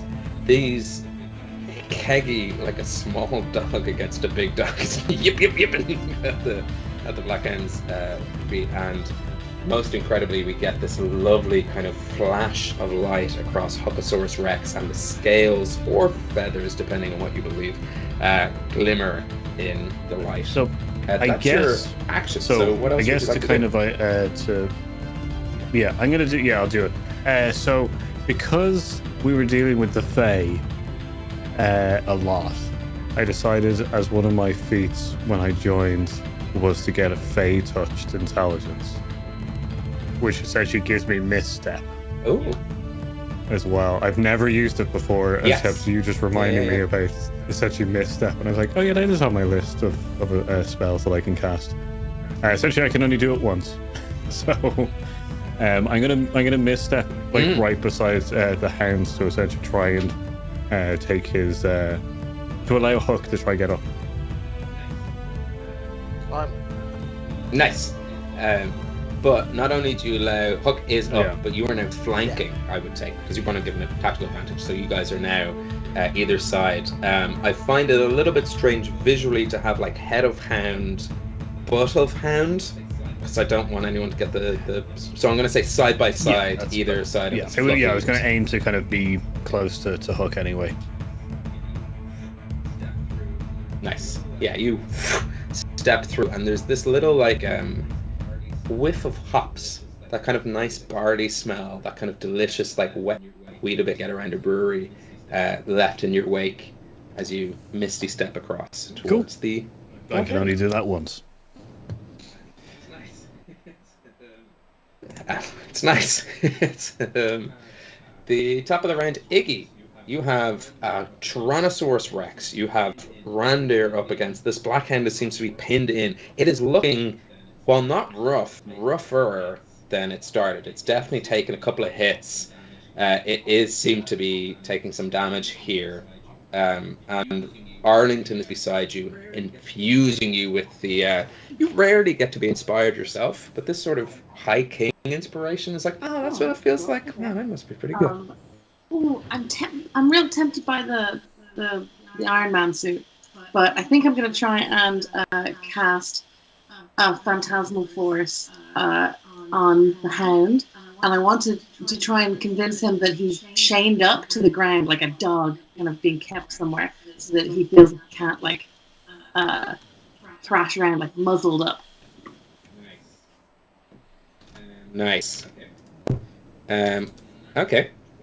I rolled a natural 20, so I'm not going to ask you what it needs to do, but is it just on a failed save? Really good at that. I am so sorry, because it's one of my favorite spells, and I hate earlier when I was reading Major Image, I was like, there's something else. Anyway, yeah. Wow. I think I got so distracted by feeling the enthusiasm from Arlington there that I sort of overdid it, and I probably used the wrong chalks, and I was using the wrong end, you know? Yeah, the way chalk has a usable end and an unusable end. Yeah. No, I used the side, and so it was nice. really big. Like a rubbing or whatever. Yeah. Oh, lovely. Yeah. And so the hand maybe kind of. Yeah. These chains and cages and sort of phantasmal restrictions try to apply itself to the hand, but it is literally a embodiment of freedom. It is, in its very core, it is the only thing in Hibernia which is allowed roam the lands. Nothing else, no one else. And that's why, as it tries to take hold, it almost just pulses out, and you all feel this ripple of energy through the space. Yeah, that's you have more... Yeah, it's because its entire thing is like, no traveling, more than 3 days. There's more. You've got bonus actions, movements, anything else you'd But like I to hate do? when you say that because then I feel like I'm supposed to do something. But no, I don't know what else. Unless I can begin trying to clamber into this exoskeleton. You have But I know anything that that's like a takes bonus up action. Like, do you have any? Wouldn't say no to a healing. healing. Yeah, then well, Arlington's beside me, so Your bonus action heal is an actually, healing touch. No, healing word. It's been. No. Oh shit! Yeah, because it's a leveled spell and Iggy has cast like a spell. There's a little bit of rules lurry there, unfortunately. It's just inspiration. If you were ever to cast, yeah, you could do inspiration if you wanted. It doesn't heal, but it's been a while since I Sorry, did you indeed. cut out there. Sorry. I was saying that if you wanted to use healing word, because it's a spell and a leveled spell, you can't use it at the same time. But you could just cast on some inspiration. Yeah, I think then I'll just cast. I think I've already given to the other two. So since Arlington's right beside me, being very inspirational, I'm just gonna. Can I flash him a smile that's filled with trust? Like I'm just like, even though this is going real badly, you're gonna do it. Just like gently correcting. That's nice, but this is how you buff someone. Yeah, and now it's a D10. We know that now, so that's better. Oh, D10 is. I will take that. Yes, because I've been rolling like shit. Yeah. Except for the 2 crits. Yes. Yeah. Don't roll a 2. I don't know if you've had any saving throws or attacks recently. Render, it doesn't really matter. You hit, but there is that still for the 1 round going up there until we get to the top of the round. So that's all good. At the end of your turn, Iggy, it's going to use one of its legendary actions. We're back in another round, so it can, and it's going to use Hook's one. Hook, I want you to roll a D10 and a D20 as we destroy more things from the sword. Let's see what else disappears from existence. I hope it's the Hound. It could be. It could be. Literally, I tried to, for DMs out there, I tried to create an encounter where even I didn't know what was going to happen. Okay. So, It's going to be the D10. 4. Back to 1, 2, 3, 4 people.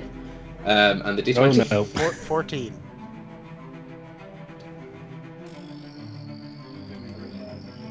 It's going to be real bad if it's like one of us. That'd be funny. Okay, 14. Paul goes back to being a tank. Randy is dead. Well, it was good while it lasted, lads. Back in your booth. This is interesting because we're in a section of my notes that we don't often get into. There are characters here, and we're kind of close to the end of the game. I don't mind telling you about them. We've had an O'Brien the entire time who's been just hanging out. I won't tell you which characters they've been, but they've been meddling in and around the place. But we are on their Wait, as in like a person we've met but we didn't know they were actually called Anya O'Brien or something? Yes, you might know them better as Keen Applemans. From Keen way Apples? back What? when on the Via Maris. Keen Applemans was the name of an elf on Widget and someone else's Captain something. The very first boat shipwrecked on Via Maris had a cook. Had a cook called Keen Applemans who was very suspicious and not at all helpful. Yeah, did they have loads of gems, maybe? Yeah, they did. Reason being is that they were a changeling. And the real Keen Applemans is somewhere in Inish Bay. But, very importantly, they are a changeling in Rua's army. And Huck, I will let you roll. The other option was they just ceased existing. Using the power of destruction for friendship. The stream spun its wheels I there. think we I lost. lost the last little bit. If you could repeat it there, Ben. Yes, yeah, absolutely. So Huck, through the power of destruction, has entered my DM notes, found a character that literally to this day only I have known about called Anya O'Brien's, who was Keen Applemans, and hasn't really come back since because they've been with Rua the entire time. A changeling kind of meant to meddle in the affairs of man and destroyed their relationship, therefore creating a relationship with you guys. So at some point in the future, Anya O'Brien's is going to try betray Rua. Power of destruction bringing people together. Wait, sorry. I'm going At to some point in make- the future, Anya's going to try and betray us or betray Rua? Rua. Betray Oh, nice, Rua. okay, Yeah, that's yeah. much better. Yeah, they I was changed like, how do you sides. betray us if we don't know who you are? I'm a changeling in a I don't way. know what character. They're a changeling in a way. So wait, hang on. How many people did you destroy originally? 3, right? The two, Three. three. Three, So we need 2 more. You mean like? Yeah, that's We need- not how it works. We need to That's find 3 not more how people People are to destroy interchangeable. so that we can get the. Yeah. Puck doesn't think of people that way. Arlington does. Once again, as you destroy this sort of the very core of something that's written in like not stone, but like this fact. It's my DM notes. This sort of feeling of energy whips around you in this space. It is just mixed in with the death, or rather like non-existent, maybe only existent in the novelization of Homebrew, gallows hanging of these 3 Fenia warriors. This energy is now beginning to sort of swirl and coalesce around your feet, and it moves up into the sky just a little bit above you. It is hard to know why or with what purpose, but you feel a tingle at the tips of your fingers. As we move on to the Black Hound's turn. Nice! As a T-Rex to one side, a reindeer to another, being a beast of a creature, it's going to try attack the T-Rex. The first swipe completely woofs it. It's like, I'm trying to do this thing, just so DMs and people out there know, where it's like one attack roll. In my visual mind, shouldn't mean like one attack, but should mean like a flurry of like a battle. So tries to push you back, but makes no purchase in your skin. T-Rex puck. But the second roll is a natural 20, so I presume hits. Yep. Nice. And again, once again, it tries to knock you prone and does 18 slashing damage to you. So I need you to make a strength saving throw, as it is trying to it leaps into the air, both hands, and tries to grab your shoulders and push you back. I'm much more prepared for this. If it wasn't so dangerous, it'd be sexy like Simba and Nala. That is 23. 23, nice. I'm going to say that it manages to pin you. You roll over a couple of times, but then you end up on top pinning it. And you give it My this tiny arms. I wish you hadn't said the Lion King thing, sultriest because of now looks. this is just, the sexual tension is just electric. As you are now, I'm going to say you managed to pin it, but it did get a critical hit. That is the end of its turn. As you Tyrannosaurus are, Rexes have a +7 to strength. wow, that's pretty strong. Even this doesn't have a +7 to strength. You just done top trumped me. I think anyway, if I'm reading this right, so that's what we're gonna go with. Yeah, I think probably. it makes sense. Tyrannosaurus Rex are quite strong. Do you know what? Yeah. Just realised what we're teeing up here, and whether it's voluntary or not. We've got the Tyrannosaurus Rex fighting a giant wolf, T-Rex. and Iggy's in a fucking mech suit. Ben, you've cultivated Pacific Rim. Mm-hmm. That's Yeah, I never thought it was seen Alien. but, yeah. I'm We've moved beyond pretty Alien, sure I and now have. we're into Pacific Rim. I should watch it. It seems right up my street. Oh, you'd love it. I didn't know you Yeah. hadn't seen it. It's such fun. Mm, Don't bother I with the kept second meaning to one. watch it and then never did. Wait, hang on. okay. You haven't. I was reading something. You haven't watched Pacific Rim. No, and I know I'd love it. I do know I'd love it. It's as much as I'd very love bad. Chappie and anything else I haven't watched. It's very I'm sure I'd love Chappie. I'm not. Yeah, I will not. I will not press my surprise, but it's very good. I definitely won't love Chappie. I'd I'll probably watch love Pacific Chappie, probably love Finch, anything with robots. I'm into iRobot. I Oh, like Finch! I cried my eyes You out for liked? the majority of that film. Bicentennial Man, my favorite Robin Williams. Of Also course. cried my I mean, eyes out Robin for Williams and majority. robots. That's just a Ben film. It really isn't, but I did like the effort. End of the Black Hound's turn. Arlington, T-Rex v Black Hound with Randir on the side. You are now no longer frightened. Axe not to hand, but at the very least you have a friend nearby. So where is the axe in relation to me? It is.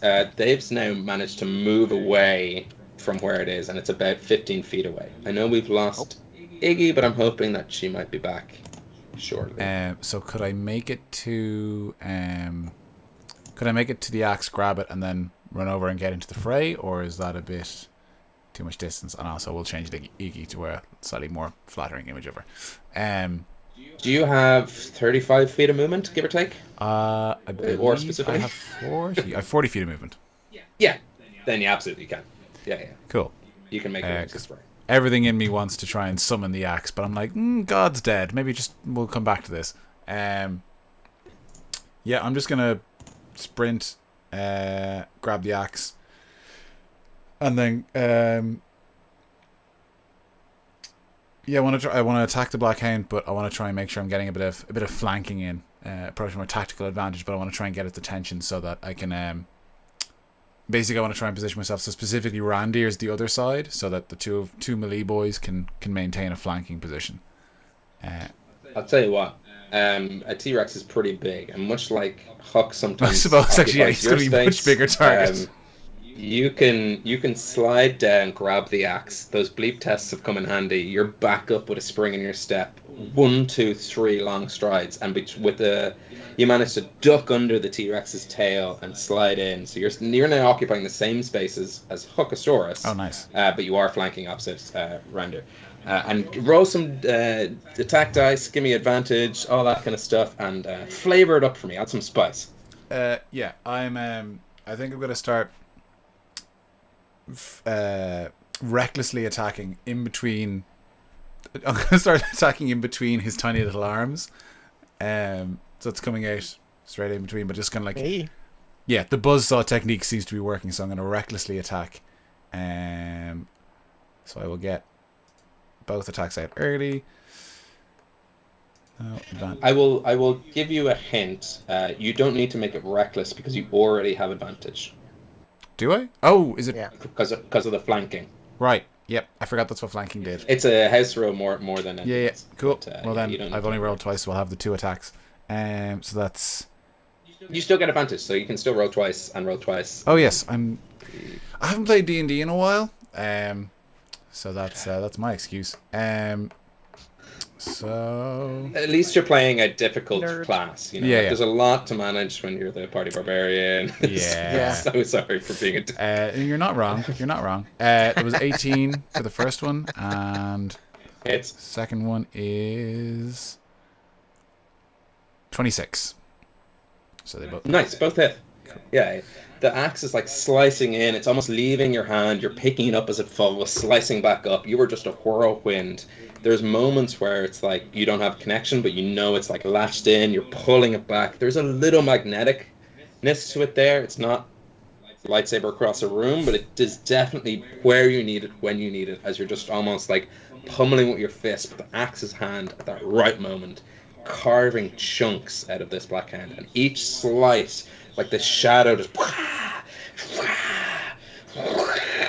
This feels right. This feels right.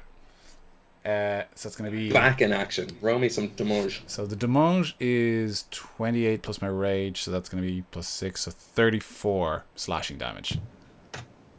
Amazing. You are just carving chunks out of this shadow, knocking it down, and it collapses exhausted. It is panting.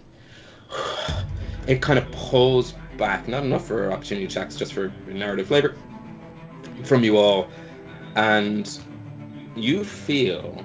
Actually, I need you to all make strength saving throws. I get advantage because I'm raging. All of yes, us. you do. All of you. Huck, not Iggy. Iggy. I know Iggy's jumping in the mech suit for her turn. I'm going to...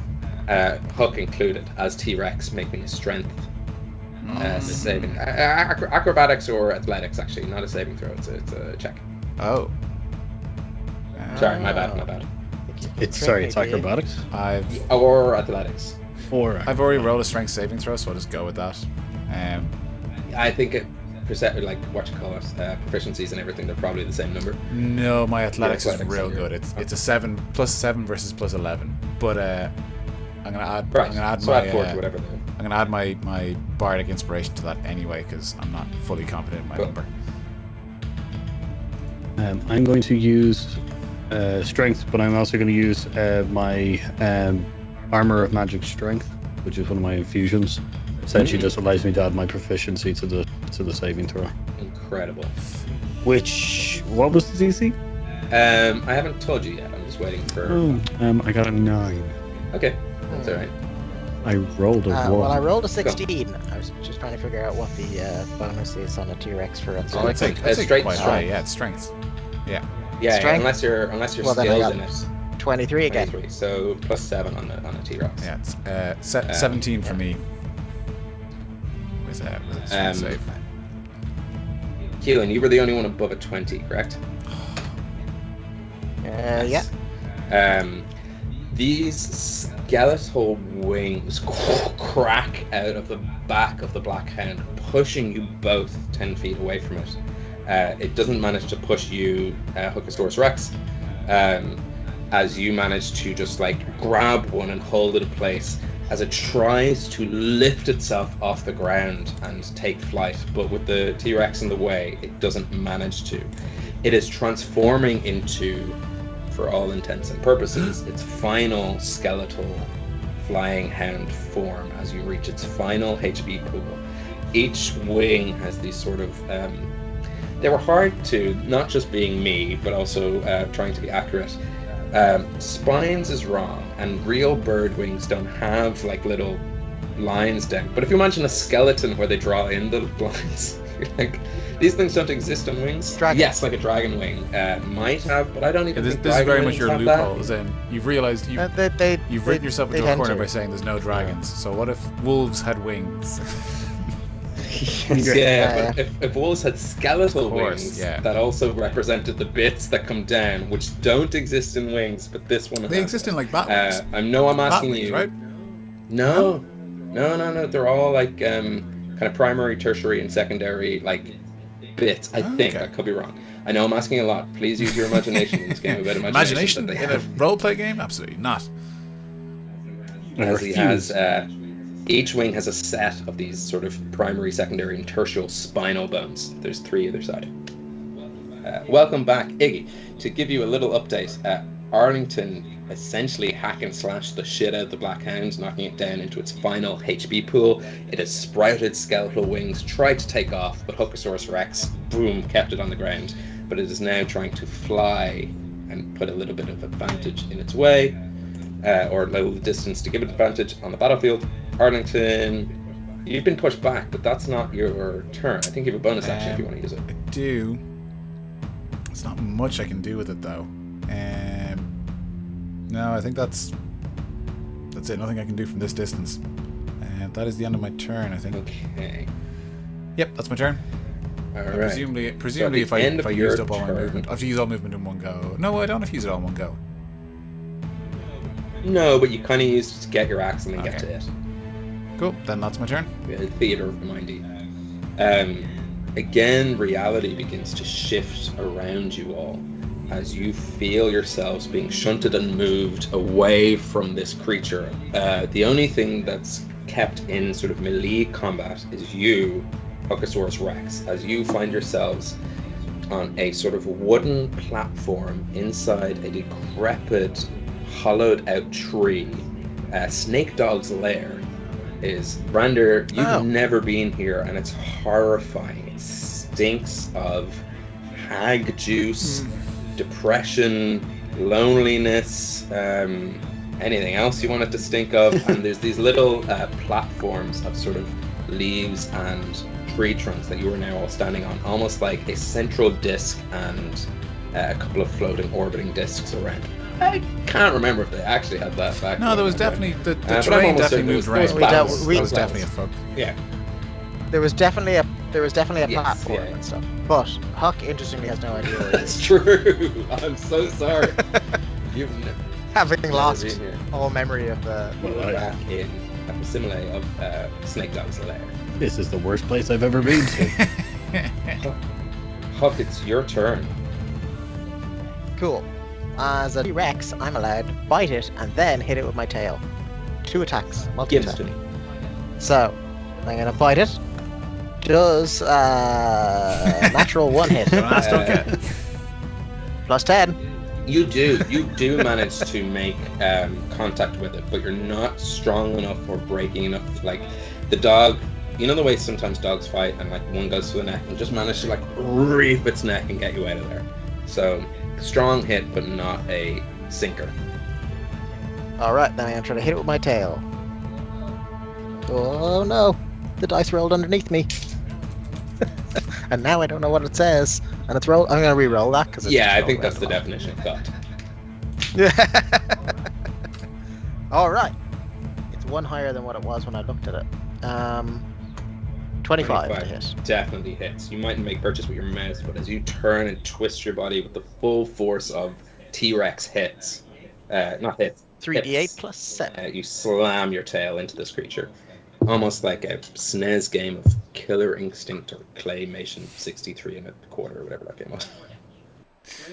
24 damage. Fucking hell. You knock this thing flat down. It is struggling. But then you notice something odd. And one of its spines on its wings cracked. And as if it negates all damage, it heals back up to what it was at. Every time I try to do something to this, almost as if it's a big bag legendary creature that's come back for a mini boss fight 60 episodes later. I know, but it feels like everyone else gets some damage in, and when I do a thing, it's like it totally negates. You were using all of its resources to yeah. That's true, actually. That's a good point. Sorry, I was defending myself, but I don't mind at all. No, you're right. For this creature, when I redo it, awful at like just straight up physical melee attack. Like, it'll just take them. But I've so many magic and like damage resistances, I suppose. So yeah, good note, and I will take it. Well, I'm a T-Rex. Yes, that's true. So I figured that out. Not until its final form, where it's not resistant to magic anymore, but it's resistant to physical damage, has this twist of fate happened. Continue that you don't want to move. I presume T-Rex has done a bonus actions. I mean, they might have bonus actions, but I don't particularly want to move. I think it's fine. Is it still flanked? Oh no, everyone else is moved. So I'll just stay there. Yeah. Grant, I'll just end stay of your here. turn, it's going to use another one of its legendary actions. It targets Iggy again, just because I find it fun, to pull a card of chaos from the machine of everything else. Iggy, roll me an Arcana check, and you need to beat a 22. I presume your Arcana is high as a bard. I should look at your stats. 2. All right, this thing is not going to be friendly to you. Wait. Sorry, I haven't rolled it yet. Sorry. Oh, sorry, 22. Yes. Yeah. But I got 2 plus 2 is 4. Nice. So whatever I pull is not going to be friendly to you. Oh. All right. All around you on your platform, Iggy, you see like a million alligators.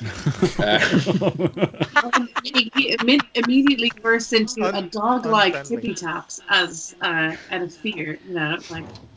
Because they're not friendly to you, I can't roll a million or like a million d20s, so I'm just gonna roll. I'm gonna round down to 4. Okay. That's reasonable. And let me know if any of these hit. So you are very lucky in that an 8, a 2, and a 3 on the dice. I doubt alligators have like more than a +2, I'm assuming. But one of them is a 16, so does an 18 hit? An 18 hits, yes. Okay, right. So 2 1s. Maybe they have a +2 on it, but you take 4 gnashing damage as these alligators try to attack you and swarm you. But what I will say, because it's not friendly to you, is that you are swarmed. So like they're kind of pinning you into your location. It's like a million alligators turn up and start falling from the sky. For dramatic and cinematic effect, I'm going to say they're not on your platform. They're falling from the sky and trying to gnash in before falling further down into the hollow of the tree. So there's just this rain waterfall of alligators. And one of them, the wisecrack in one of the groups, says, "See you later," as they pass you. Kill that one first. That's the best joke Ben's ever told. In my very So I'm going to say there's a sort of wall of alligators around you, and I'm going to use the stat block for wall of fire if you try to move through it. Okay. That seems like the easiest connection I can make. It's so weird how much that makes sense. That is. Yeah. That is absolutely the best way to handle that. And in any other game, it wouldn't make sense. Randir, your turn. Yo. You're on a platform. You're probably about 30 feet, but with air between yourself and the Black Hound. And where is Arlington? A platform maybe like 10 feet across the way from you. To your right or left, your choice. Okay. I'm kind as a DM. I give choices. Do you need healing? I wouldn't say no. Wouldn't say no to some healing. Cool. I can survive. I'll be okay, but I wouldn't say no if it's going. No. So what I'm gonna do is, yeah, and in the theme of painting a picture, which is Randir is essentially going to, like, you're going to see a blue kind of orb appear in his hand, and he's just going to close it, and then it's going to transfer over to Keggy, and then Keggy is just going to float over to you, and he's just gonna like, as Keggy is kind of like our dog, he's gonna just like, you know, kind of scruff up to your leg. Hello, and I'm gonna use channel. Through my homunculus to give you cure wounds without actually having to touch. Nice. Nice. So, I appreciate that Keggy, up until now, can't fly, and much like the prequels, this is the first time we realised that Keggy has one of those like R2D2. like, he can actually. Keggy can fly? That's actually how he moves. The legs moving doesn't do anything. Right, I He never only realised flies. that. It's a weird, it's a weird thing that I've never actually I've never used before. But yeah, in his stat block, it's 30 feet flying. Nice. Wow, nice. I do like it as the reveal that we realise these legs can turn sideways and just I would also really love if like two weirdly sexy like legs, like long legs, came out the bottom and he walked like a potato on some matchsticks. I would really appreciate that as well. Just to be really that was also unsettling. terrible. Everything in, like, I don't do improv, but everything in improv me wants to say yes and everything in real me wants to say no, please, no. Yeah, Don't give Keggy sexy The legs. two rules of improv: yes and no, please. Yeah, it's also such a disturbing, like, if someone wants to do some fan art, Long just- haired Keggy. So I did cure wounds, and that's 2d8 plus 4. I rolled 2 1s, which couldn't have been any worse. But I got plus 4, so 6, and then which goes with Artificial Servant. I also get another plus 4, so altogether 10 HP. Nice. Sorry, not a I will great. take it. Who's a good boy? Who's a good Keggy? Thank you very much. Good Keggy. Yeah, so the ability is called Channel Magic. Lovely. I know you're being very cute, Arlington, but I'm in my head and my canon, you're keg standing, like you're doing keg stands to like get as much healing. If I have the magic movement in for as- it, I will kick stand. Yeah. It's weird that it's That's that just it's your that action, it's I think. that it's sentient. that is that my makes it act. weird. That makes it pretty much 69. Yeah. As opposed to the sexy legs you gave it, this is what makes it weird. Yeah. All right. Fair enough. If you do lots of keg stands, is that practice? Is that kegel? It's the exact Yes, same thing. Yeah. it is. Yeah. Yeah. That's where the I healing wondered, goes I heard in. the word, and I thought, oh, that's what everyone's been doing. Yeah. They've been doing the kegel exercises, right? Okay. And then I'll do, as my bonus action, I can do Healing Word. Also on Arlington. I don't know if you can, because both Healing Word and Cure Wounds are leveled spells, and I hate to be the leveled spell guy. No, you're fine. No, that's the case. Otherwise, I'd have been casting spells all the time. Yeah, it's unfair to the kids who filled in their application forms in full. Then nothing. Cool. Top of the round, Iggy. You have a waterfall of alligators, like, and maybe one crocodile in there, pouring down around you, completely obscuring your line of sight, because it's like 1 million alligators, and I cannot picture that except for, I assume, fuckloads. Yeah, and I think that Iggy came from a specific religion probably up in the north, where this is sort of their version of like a plague of locusts. Yes. She's thinking like, this makes sense. This is end of days. What I was going to cast was Shadow Blade, try and throw one at the thing. So maybe I cast that, but I'm trying to throw it, but I'm also like have to try and slash through this wall of. Is Iggy in the exoskeleton now? No, the turn never came around. Okay. When I was offline. Theoretically, the right, exoskeleton is still beside you, so that's also amazing.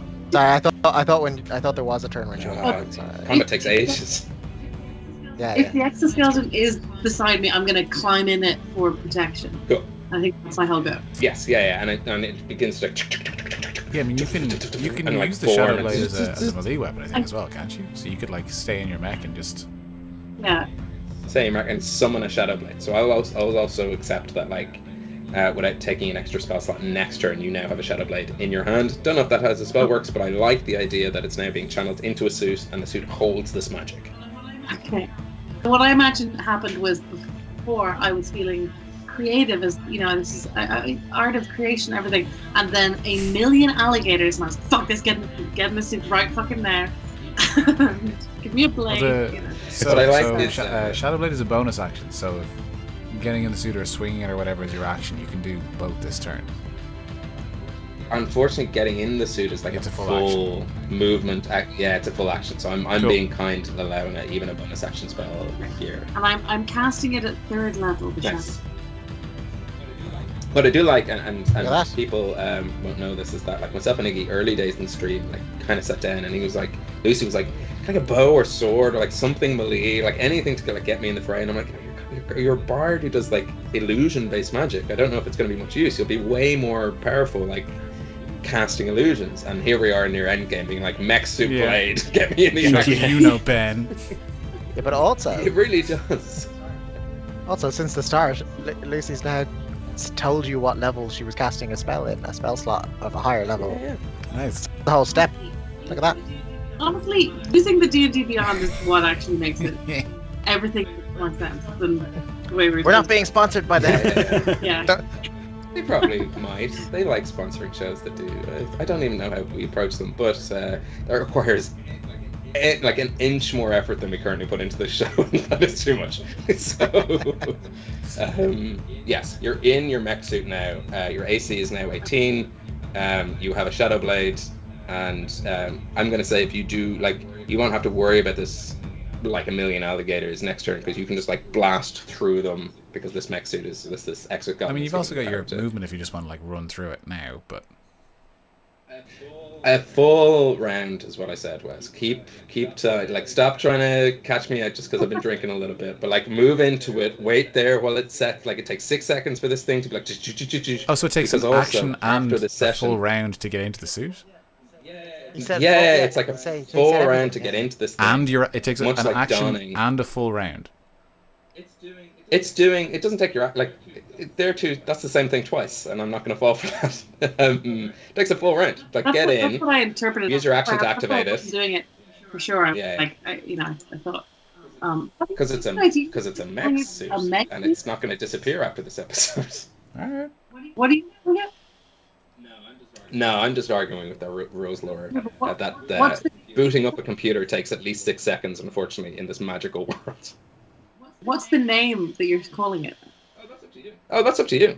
When you're like a mech suit or a powered exoskeleton. Oh yeah. What were you saying? Yeah. It's an exoskeleton. I was saying like mech mech. suit. A mech.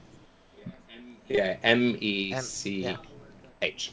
This is not a word that would be necessarily. Yeah, that's what I didn't know what you were saying. I was like, a mag suit? I thought what you said. Okay. Mag suits are, kind of like also in sci-fi. Okay, so anyway, I'm in it. Yes, you're in it, and it takes it 6 seconds to close in around you. Most charismatic robot initiated, yes. Which brings us to the Robin Williams and Bicentennial Man. Black Hound. The Black Hound looks at you, Hokusaurus Rex, who's done a lot of damage to it, and it might be a beast, but it's not stupid. So it's going to use its bonus action to Misty Step to what it thinks is potentially a weaker creature.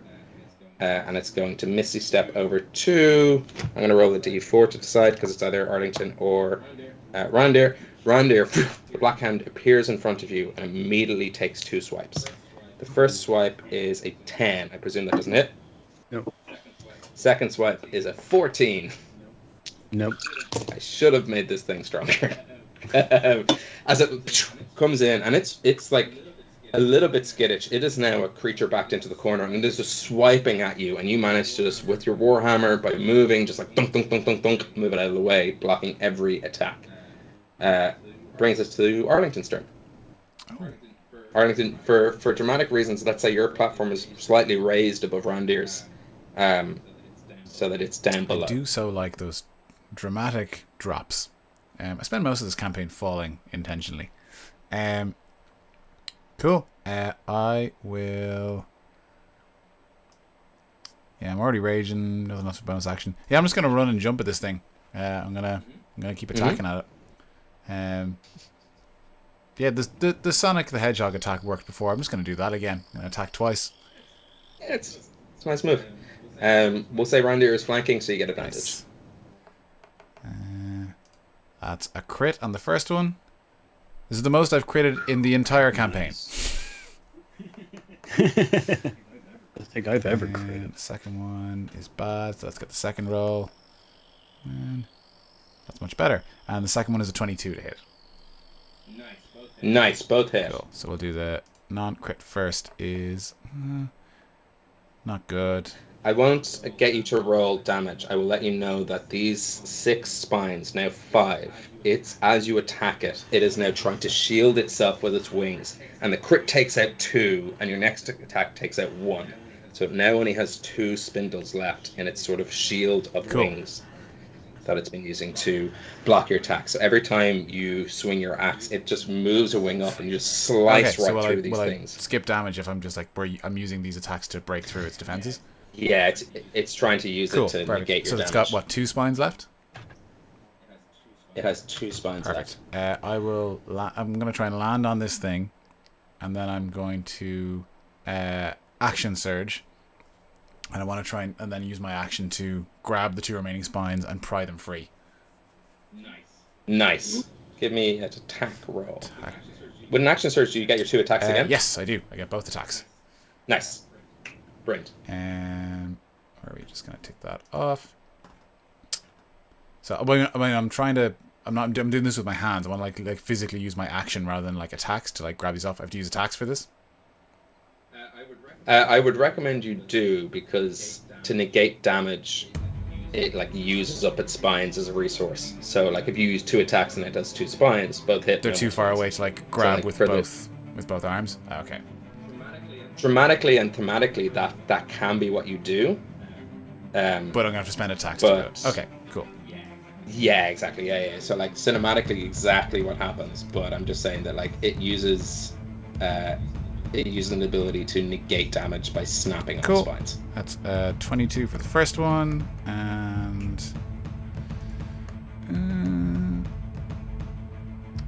21 for the second one. Both hit, and you rip these wings off the back of this Black Hound's back, leaving it nothing but a bloodied, battered, panting, snarling, vicious hound. And you have both of these wings now in your hand. You don't just snap off the spines, you rip this entire structure off its back. Time to put this puppy down. Do I have a roar? I don't know if it works for a bonus action or for a creature this size, but I'm gonna try. It's large, right? Okay. I want to use my Shield Master Shove, and I then want to like use my bonus action to knock this thing prone. So I want to kind of like basically like people's elbow this thing, but with my shield, and land on his head and knock him to the ground. Nice. Yes, yeah. Do I need to do something? It's a grapple check technically, so you can make acrobatics or athletics versus mine, which will be 14 plus. So it's 25 to beat. Yeah, no, I didn't. Nowhere near it. I only got a 12. So you smash this creature to the ground, prone, and the Black Hound is knocked to the ground. Paws trying to struggle to get up, but it just can't manage to beat your. I want to like try and keep it like so my elbows pressing down, and like when like a dog puts kind of controls another dog by like not biting their neck but putting their mouth in their neck. They're kind of like hey, that kind of Yeah. It's not your first time. In fact, like, you remember times in the woods where you would have hunted larger animals than you would have fought and wrestled and kind of made meals for the entire camp by kind of, as a bugbear, taking down much bigger fantastical creatures. I'm thinking, like, there was this one time that Arlington leaped from the trees and managed to tackle a rock to the ground and, like, everyone's eating wings tonight, boys. I thought you meant like a stone. Yeah. To anyone unfamiliar, a rock Yeah, is it's a like, type of okay, so this is a cool bit of background, but also Arlington's a fucking moron, and he like attacked a boulder. Yeah. Go catch. He grappled a rock out of the ground. Go catch us a rock for dinner, Arlington. Yeah, I no mean, problem. definitely, canonically, Easy, definitely easy. both. Like, Yes, yeah, the first time not as impressive as Yeah. the second. but yeah, That's the That end is of my your turn, yeah. turn. At the end of your turn, it's going to use one of its legendary actions to use Randir's ideal against him, and I need everyone to make a charisma saving throw. Oh, charisma. half the party are extremely good at these, and half Let me are tell you very what. bad. Yeah. Not anymore. Tyrannosaurus Rexes. Oh yeah, no, it's only it's not only the your most physical, only your charismatic physical of stats. You get to use creatures. your regular stats for.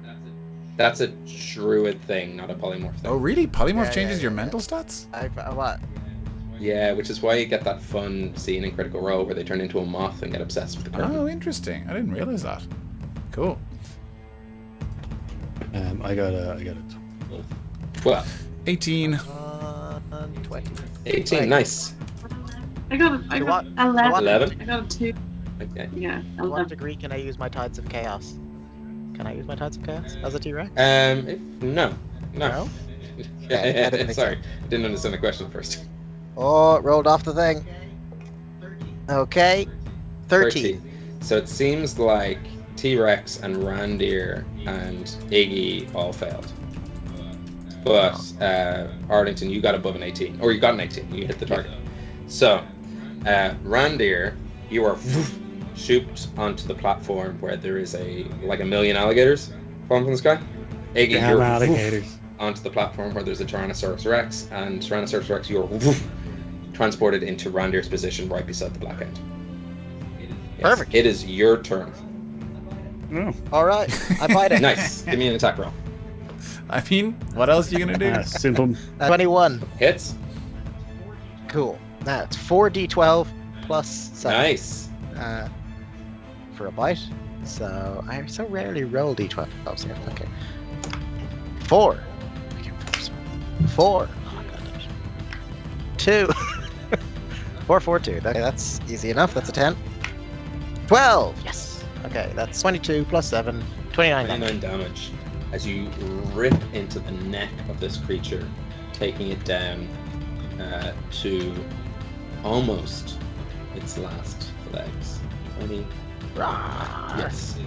It is bleeding. The ground beneath you is soaked with this black, shadowy ichor. And Hit it with my yeah, tail. you can hit it with your tail. 21 again. Hits.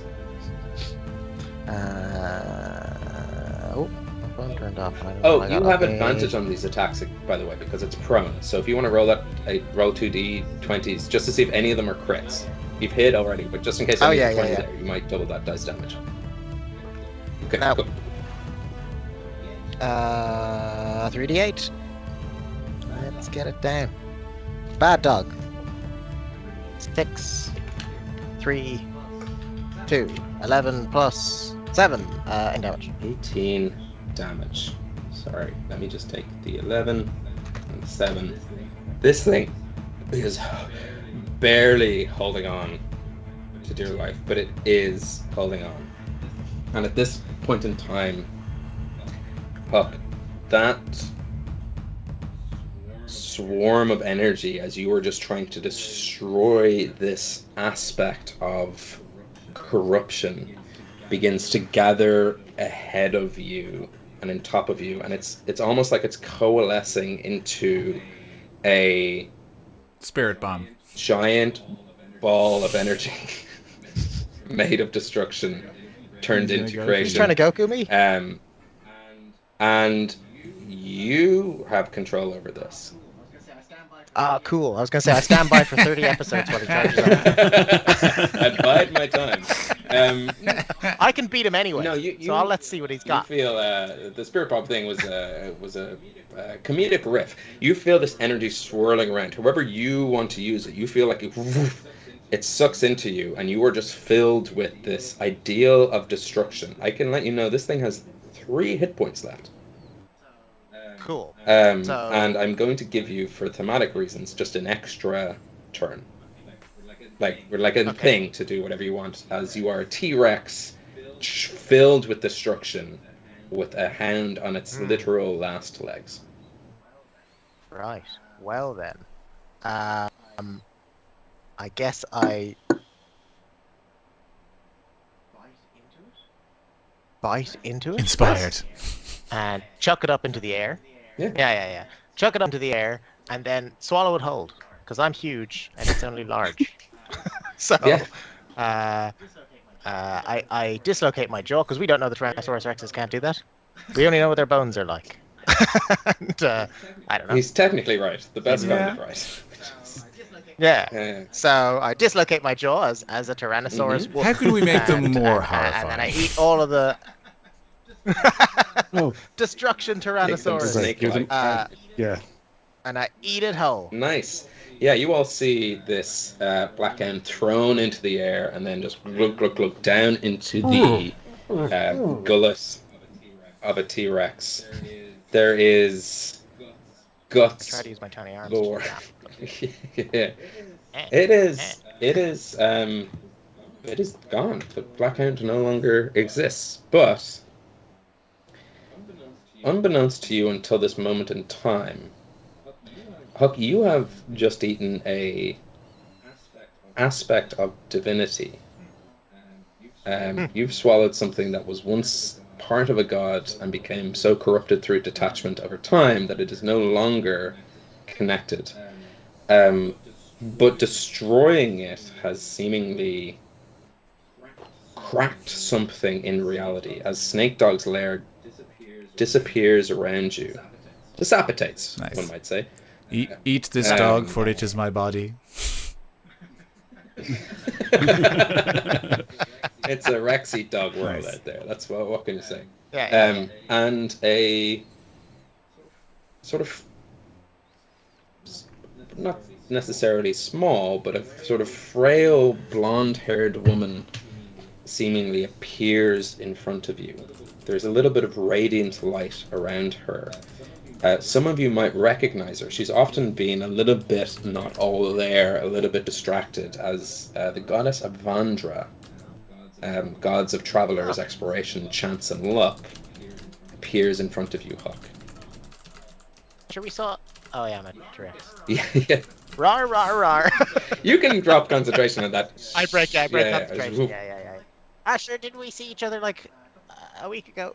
A couple of days ago, actually. Probably today. Yeah, we did. Although I hope you'll forgive me. I don't particularly remember the events of our meeting. I've sort of had a fog over me ever since the material plane and the Feywild were sort of sundered. I was Hold caught up in one that second, split. real quick. Hold on before we go any further. Those words you just said and the order you said them in, clarify just a little bit, real quick, please. The material plane and Feywild. What? Well, I suppose you Hibernians might know it as the Fey invasion, where the Fey were pushed back.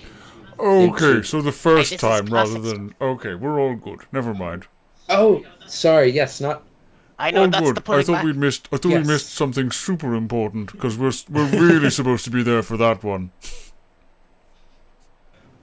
This was the ripping. I suppose there is and you see her think for a moment, and sort of it's as if part of her disappears and feels out The into the reception is world. terrible here. Yes, I can see that there's an archfey trying to put it back together. That can't.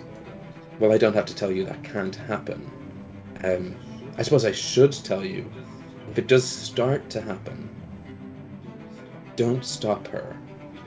if you could stop her before it starts happening, but if it starts happening, don't stop her. Only because if she's stopped halfway through, something much worse will come through. Good to know.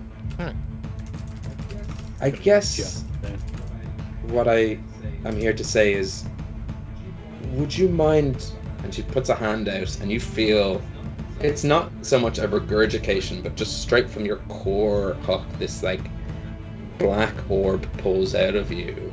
She goes, that's actually a part of me. I wouldn't mind having it back. You know, I had a feeling it was going to repeat on me anyway. You would have had a terrible time passing that anyway, Huck. Your fiber intake is awful.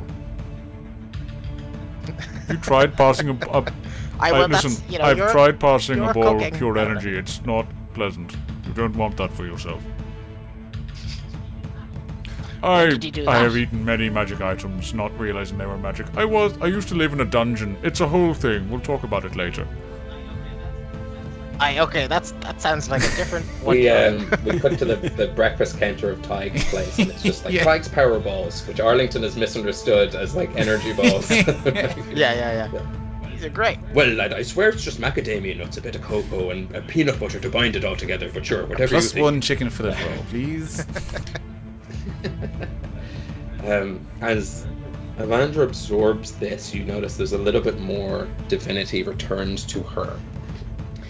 And she goes, well, to be honest, Huck, Flynsire, and your punks, I cannot thank you enough. The Black Hound, you might know its history, but when the plains were sundered and I was caught in the middle, a part of me was ripped and left behind in Hibernia, and over time became corrupted. Everything I stood for. That's why it hates travel. Well, this is it. It doesn't have a connection to me anymore. So initially it tried to help people explore and wander, but the more it was alone, the more it turned against itself. And well, I'm hoping now with the Black Hand that travel and adventure and just a good old luck of finding your way will, I might be able to have a little bit more effect in the world. And you've been doing that without me the entire time, Huck. And that's if you would let me, it would be an honor to call you friend. Of course, sir. We were already friends. We met earlier. You've been a fast friend since then. Right. And also, the whole thing we discussed about the Archfey trying to put everything back together. We're kind of trying to round up some gods onto our side, and now you're back, and if you could help out when the time comes, and/or before the time comes. Yes, actually, while we have you, I don't know how clued in you are on the whole pantheon and things like that, but do you know what the deal is with Marinon McClure? I haven't been able to get a hold of him, even though I've been reaching out, and he sort of owes me a phone call, you know? I'm sorry, it's been... To be frank, it's for the first time in thousands of years I've had my mind together. And she... And now you know your name is Frank. Yes, well, Frank, Avandra, call me what you want, but don't call me late for dinner. That's a very good one. Sorry. Thanks, I am the spirit of adventure after all. And what's more adventurous than putting yourself out there with a joke and hoping it lands? I can't believe this is how we talk to gods. We talk in the most disrespectful, you literally just crack a joke and also just be like, hey, give us information, Irish godly mythology. being. She's a god, she puts her pantheon one leg at a time. Oh, that's good. She begins to weep as she realizes what's happened. She's crying, laughing. Oh, I think she's going through the group WhatsApp and catching up on what happened. She's going through the 5 stages of grief and re-becoming yourself. In reverse. Yeah. She started with acceptance. She's great. Oh, we're good bargaining. That's the worst way to go. Yeah. Straight on to bargaining. She's going to end with denial. This campaign is already over. We can't do it. She turns to you, Arlington, and goes, I am so sorry. mortal. Well, Arlington, but okay. Arlington is indeed dead.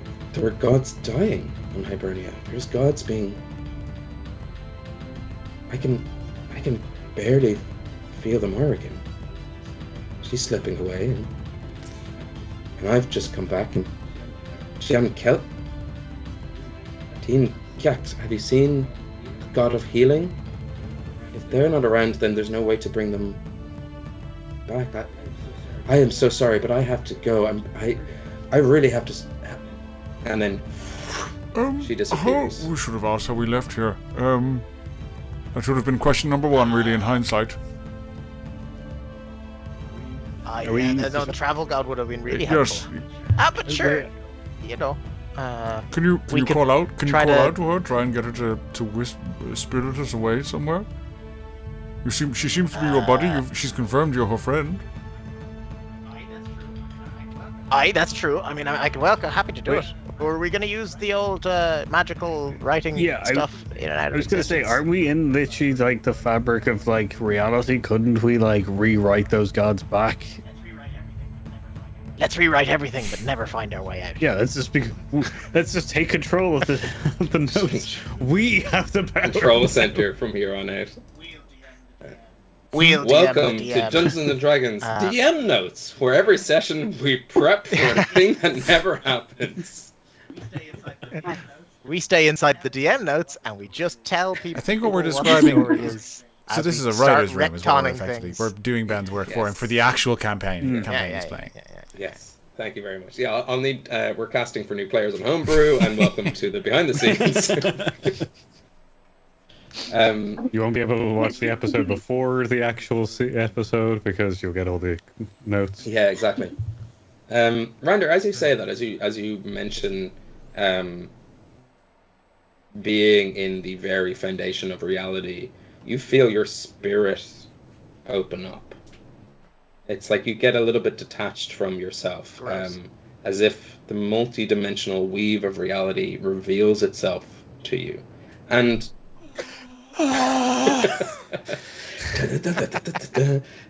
It's almost imperceptible at first, and then you feel threads begin to connect. You feel this power build in strength, and you're feeling yourself. Everyone else sees Randir sort of go, not necessarily rigid, that's the wrong word, but just seems to like shoulders relax, and he begins to lift up off the ground. And Rander, although you're lifting in reality, you feel yourself falling deeper into the mesh of existence, and eternity is wrapping around you. Does Kate Bush start playing? Because we should be probably more worried. Yeah, whatever your version of running up that hill, which I presume is just the placebo version. Actually, that's exactly. It's the placebo cover. Begins to play, and your mind is like trying to grasp. It's stumbling. It doesn't know what to do. It's trying to find purchase in the expanse of everythingness, and snippets, shards, little sups of memories begin to form before you. It's the stuff that like folklore is made out of. It's not necessarily true or not true. It's just what you need it to be. And as you realize that this corporeal form cannot hold all this power, you also realize that you have the abilities as an artificer and the skills to, well, if the form can't hold it, you could rewrite the form.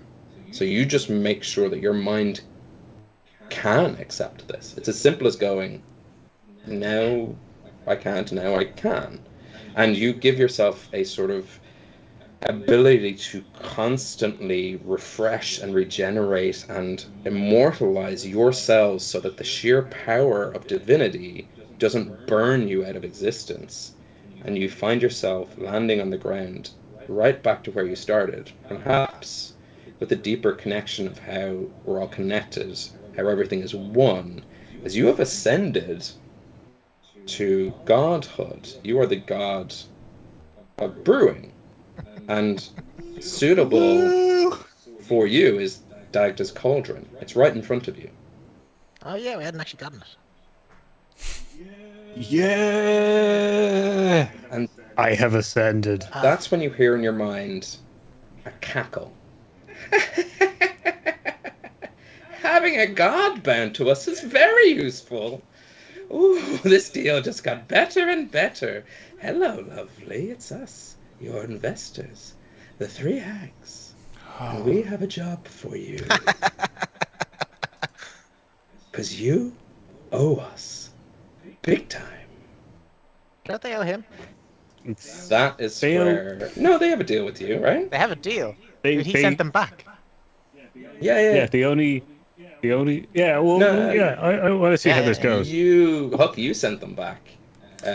Randall made a deal with them. That's I was thinking about myself. I mean, I never think about that. Oh, sorry. Yeah, I forgot. Sorry. You were thinking about yourself again. You weren't talking to me. Yeah, all right. No. End the episode. Yeah. I can't stress enough how, like, I know on paper Rua is the villain we should defeat or stop or something, but I want to kill these hags so much more than her. I hate these fucking hags, and if they become the new bad guy, I'm okay with that. I will ignore the main plot to murder these fucking hags. They're the worst.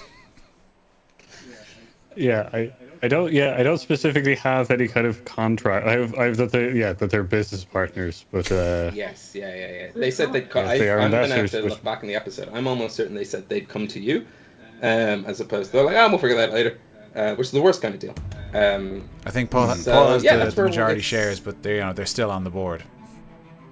They have a small stake in the Dying Light Cave-In Brewing Company. So they might want you to brew some stuff, especially now as you are a brewing god. I will review the episode because I can't remember.